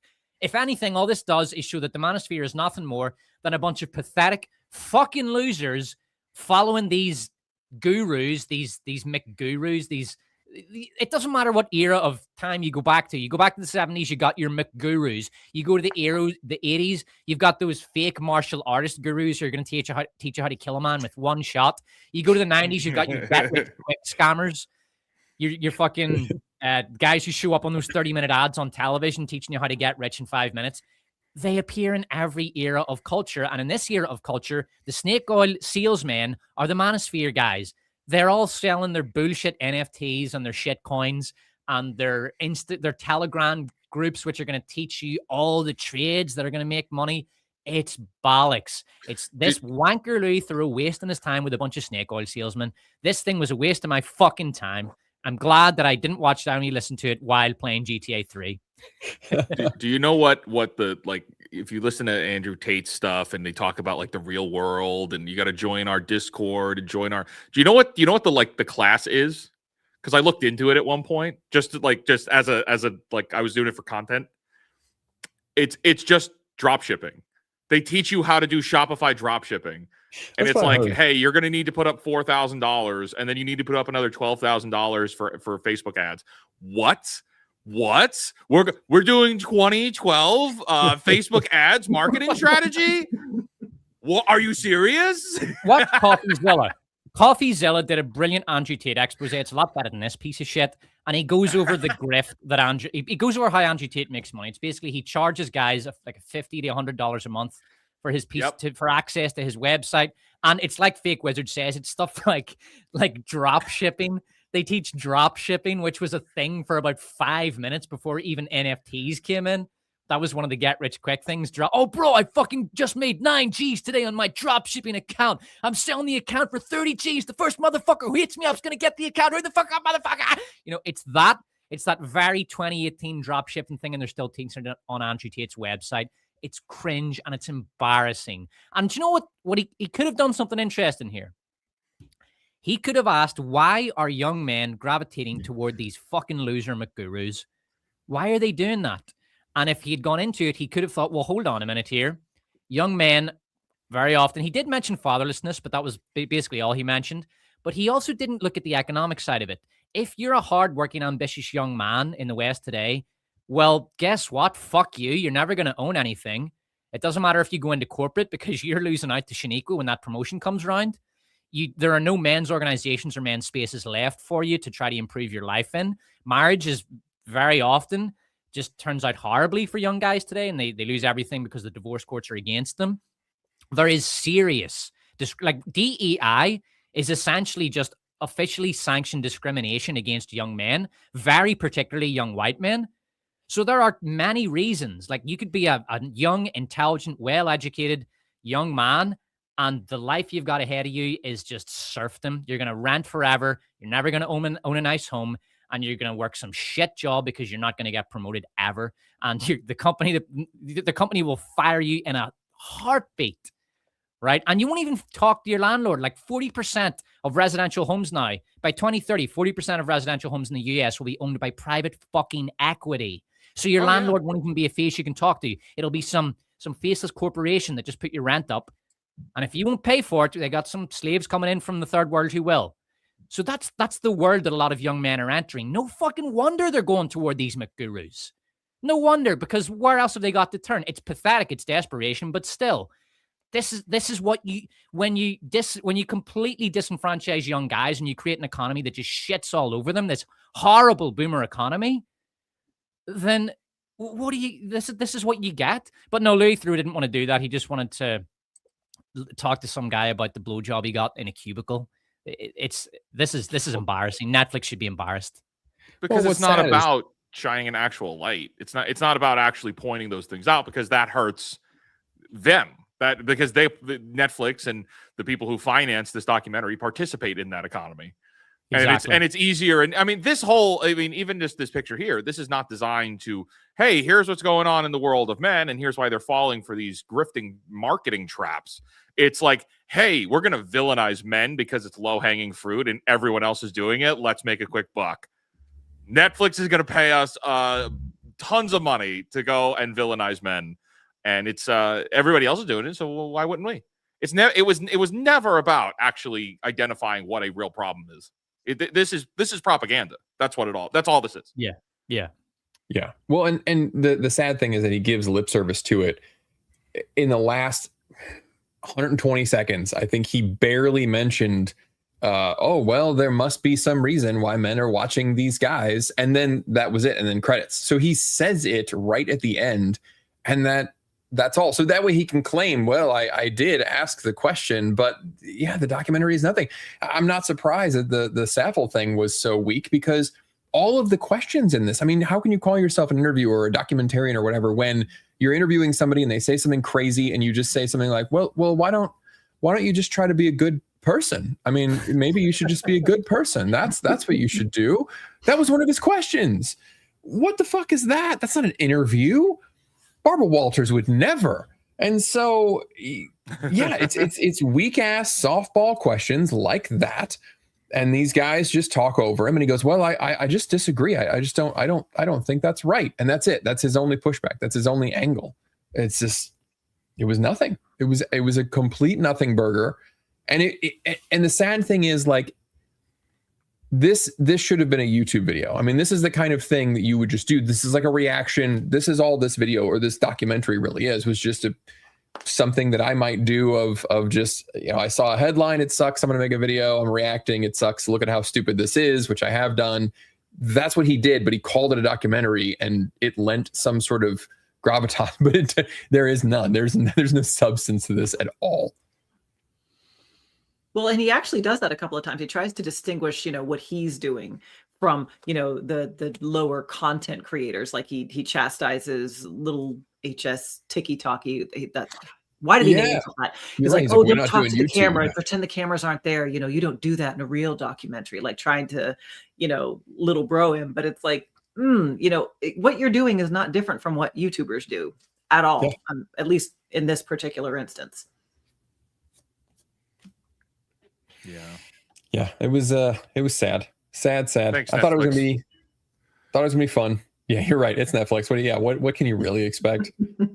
Thanks, Netflix.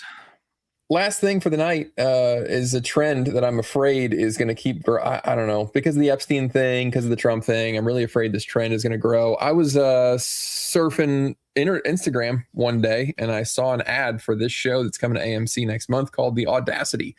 And I don't know if you guys watched the trailer for this. Basically, it's Silicon Valley. You guys are, it's crazy concept for a show. You're never going to guess. Okay.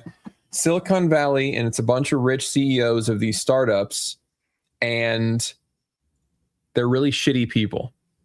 And I know I know, like, you're thinking, what? A show about shitty Silicon Valley startup CEOs? Like, I've never heard of such a thing. What a novel and fresh, amazing concept. But it gets even better because the show seems to be framed around therapists.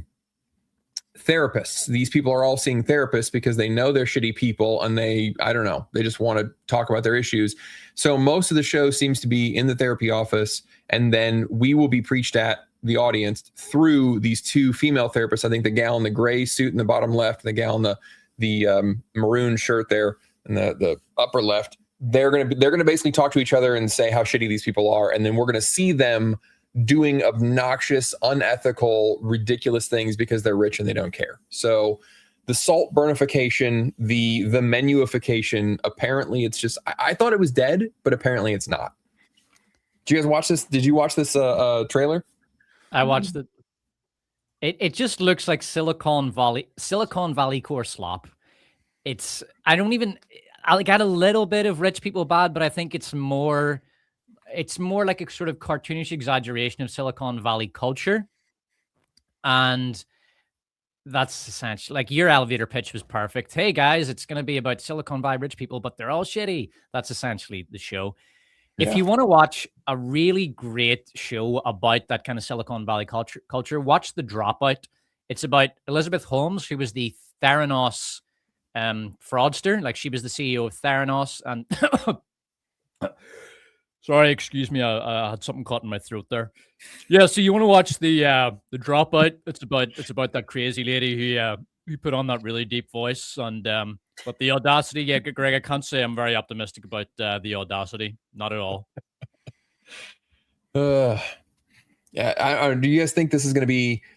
Do you think this was something that they were working on, and this is kind of just the last thing that? Well, we filmed it. Still that comedy show was big, so we need to go ahead and make something. Or do you think that we are ramping up and we're going to see more rich people bad? I know this is becoming an overused word. This is almost like the new woke, this word. But in my defense, I predicted this, right? I predicted that we had entered the era of slop. And that's what this is, man. This is just pure fucking filler slop. There's a show this reminds me of. It's called Your Friends and Neighbors. I don't know if any of you guys saw or know that about this. It's John Hamm, and it's, again, just rich people suck, the show. And there's nothing redeeming about it. And I was like, oh, it's gonna pick up eventually. And I got to like episode 4, and I'm like, this is not picking up at all. This is just rich people suck, the show. Mm-hmm. And I have way more important things to do. I'm out. So I look at shows like this, and I'm like, who has time for this? Like, I don't know. I mean, sometimes you find good shows that like that could be good, with elements like this. But I don't know, man. I can't stand television these days. It is all slop. It is all crap. And like, even you think back on, like, I wasn't even the biggest fan of The Office, but like The Office, 30 Rock, Parks and Rec, like that era, that was like the final era, the 2007 era of like the sitcom kind of primetime television. Everything after that is garbage. Like everything after that is garbage. And now it's gone cynical, right? Because we had the Office era, and then it went into the Modern Family era. But now it's all these sitcoms that they're a lot higher budget, but they're also so cynical and negative all the time. It's like, who is this for? I don't even like Succession. It's the pad streaming libraries, and you're absolutely right that it ended with the sitcom era, because after that, they needed to be able to advertise that we have 5,000 shows that you could watch. Are they good? We have 5,000 of them. That's what you need to know. It's like Little Caesar's Hot and Ready Pizza. Is it good? It's fucking hot and it's ready. All right? It's $5. Kristin, what were you saying about Succession? I didn't even like Succession. Like, it got such great reviews. People love that show. They clipped it all the time. But I watched the first 2 episodes and I'm like, these people, every last one of them deserves to die. I don't want to watch this show at all. So, you know, the fact that the writing was smart and the pacing was good kind of was irrelevant because they're just garbage human beings. It's like, yeah, you should all, I hope you all have heart attacks and die. Yeah, I felt that way about The Bear. The Bear was getting so much fucking hate. It was getting all the awards. So I decided to watch like the first 4 episodes of it. And I watched it with my wife, and both of us were just so bored and checked out that we gave up. Like, she was on her phone after like 15 minutes. Like, she just couldn't take anymore. And I stuck in there till like the 3rd or 4th episode, and I just thought, what the fuck is this? Mm-hmm. It's a bunch of very boring characters saying very clever, polished lines to each other in clever, polished dialogue exchanges. It's kind of like, I don't know what you would call it. It's midwit TV. It's like, it's almost designed to make midwits feel smart. Mm-hmm. That kind of thing. It's the kind of thing that midwits look at and think, oh my God, that's amazing. But actually, if someone with, you know, who has half a brain watches it and thinks, what this is shit. Like, it's something that people who are really smart will watch it and think, no, this is shit and it's contrived and the dialogue's unnatural and the characters are boring as fuck. And someone who's really dumb will watch it and think, this isn't entertaining. This is fucking boring. Like, but it really appeals to that midwit demographic. You know, those people who, I need a source. Can you please give me a source for that? It's that kind of demographic that it's going to appeal to. Mm-hmm. Yeah, but there's too many shows now where it's like, hey, every single character in this show is unlikable, and that's the point. Like, you're not gonna like anybody, but there's an overwhelming amount of them on every streaming network. So this is, I seriously think it's they must, like, it's got to be a game with these executives where they put 5 scripts on the table, they flip them upside down, and then they flip them around on the table a little bit, shuffle them. And then it's just like, stop. And whatever their hand lands on, that's what they're going to make. Plot twist, they were all the same thing anyway. So it didn't make a difference. So that's the modern Hollywood now.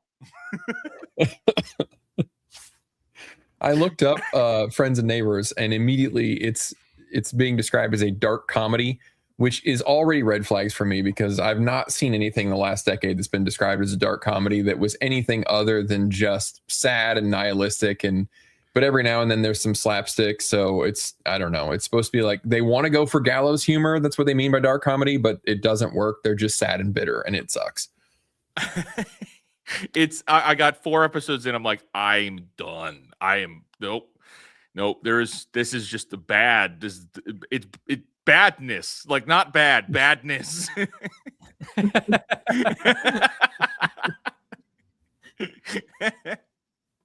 Like, time is limited on this planet. I'm not spending it on this. That's how you know. I've said this before, but that's how you know when a show is terrible, when streamers just don't even bother tearing it apart. Like, you could get paid. We could get paid to talk about these things, and it's so bad that it's just not worth the time of your life that it would take to do it. It's akin to prostitution. It's not. I don't want to do it. I have some dignity. Like we have Daredevil is back now on Disney Plus, and I tried to cover it last season, and no one cares. Those are terrible video performances, and I'm like, I can't do it again. Yeah, it's just there's some shows that come out and they're so nothing that nobody people care so little that they're not even going to tune into a review of it. Yeah, it's real sad. Well, that one's going to come and go. We might be the last people to talk about that show for in history. The first and the last. Yeah. I got a few things to wrap up here. Bookwormer gifted 1 membership. Thank you very much for that. I appreciate it. We had not that one. I got them all mixed up. Doge Pal, $2. Thank you very much for that. Got the email. I just I'm working 12-hour days, 7 days a week at the moment, so I'm not doing much. I barely put these slides together. I did that 20 minutes before the show because that's where I'm at right now. I think this might have been on you, Despot. Big Gator 5, $2. Has anybody seen The Hobbit 1977, the animated one? I have not. I've seen The Last Unicorn, which is similar, but is it a good movie? 77 one.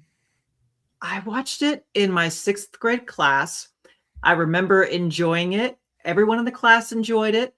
And the animation is of its time, but it was, I'm going to say borderline revolutionary for the time. It was pretty good. Yeah. Good. Yeah. The Hobbit's good. I enjoy all of those, the Rankin Bass at Lord of the Rings movies. Like it's the same guys that did Rudolph the Red-Nosed Reindeer and like Frosty the Snowman. So I find those charming. Mm-hmm. Wait, no, Gator was me. But this is you. Grasshopper giving away 5 Despot memberships. Thank you very much, Grasshopper. I appreciate that. And lastly, Tiny Conspiracy, $5 to Despot. Entertainment is so empty. Well, you know what? You should read this. It's your change, your thing. Entertainment is so empty now. My question to the panel would be, what percentage of shows you give a chance have yielded any enjoyment in the last 5 years? It's a very good question. It's my gut feeling for that would be any enjoyment, like any at all. It's going to be 15% or lower, probably. Greg?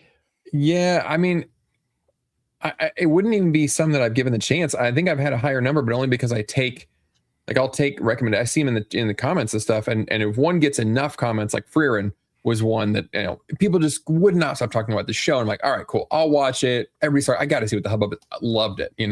Violet Evergarden was another one that people just couldn't stop recommending. Arcane was one that people, the first season, we won't talk about the second. There is, Craig, there is no second season to Arcane. I think you're confused. I agree. That is true. There's no such thing. We had a perfect second season. But as far as other things that I've actually taken a chance on, yeah, I would give the 15%. And even stuff that I kind of enjoyed in the moment, like you brought up a good point when we were talking about Wonder Man a few weeks ago. I enjoyed it. I watched 5 episodes before we went on stream, and I was like, I'm having a good time. I haven't watched the other 3. So that tells you something right there, that I haven't made the time to watch it. I enjoyed it while I was watching it, but you made a good point. You said, would you recommend it to somebody? And I thought, no, absolutely. No, I would not. I wouldn't tell someone you need to go take 8 hours of your life and commit it to Wonder Man. I had a fun time watching it. I won't hate on the show, but I also would never tell anybody to actively seek it out. And then I didn't go back and finish it. So, well, you better lock in, Greg, because we're getting a season 2. Oh, I'm so excited. You're gonna shit, Greg. I mean, think of the massive channel views you'll get when you release videos about season 2 of Wonder Man. I see it floating around Twitter, but like Wonder Man is one of those that you could attach the Surf Dracula meme to. That it's he doesn't even do anything until the last episode, and apparently Lantern's gonna be the same way. So no, Conspiracy. It's been. What about you, Kristin, Wizard? Do you any percentage on shows you've enjoyed? Well, the percentage is high. It's nearing 100%, but only because I will not watch shows at all unless it's across the board. All of my most trusted reviewers are like, watch it. It's so good.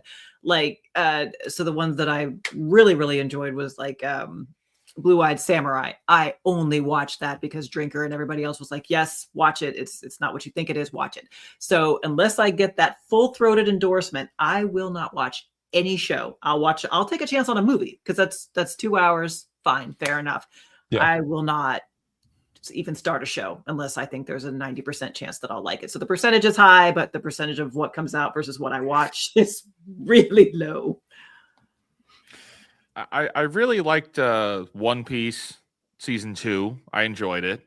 I enjoyed it for what it was. I know a lot of people had problems with it being an adaptation of the manga and the anime, but knowing about I'm not even caught up with the anime at all. It's just too much.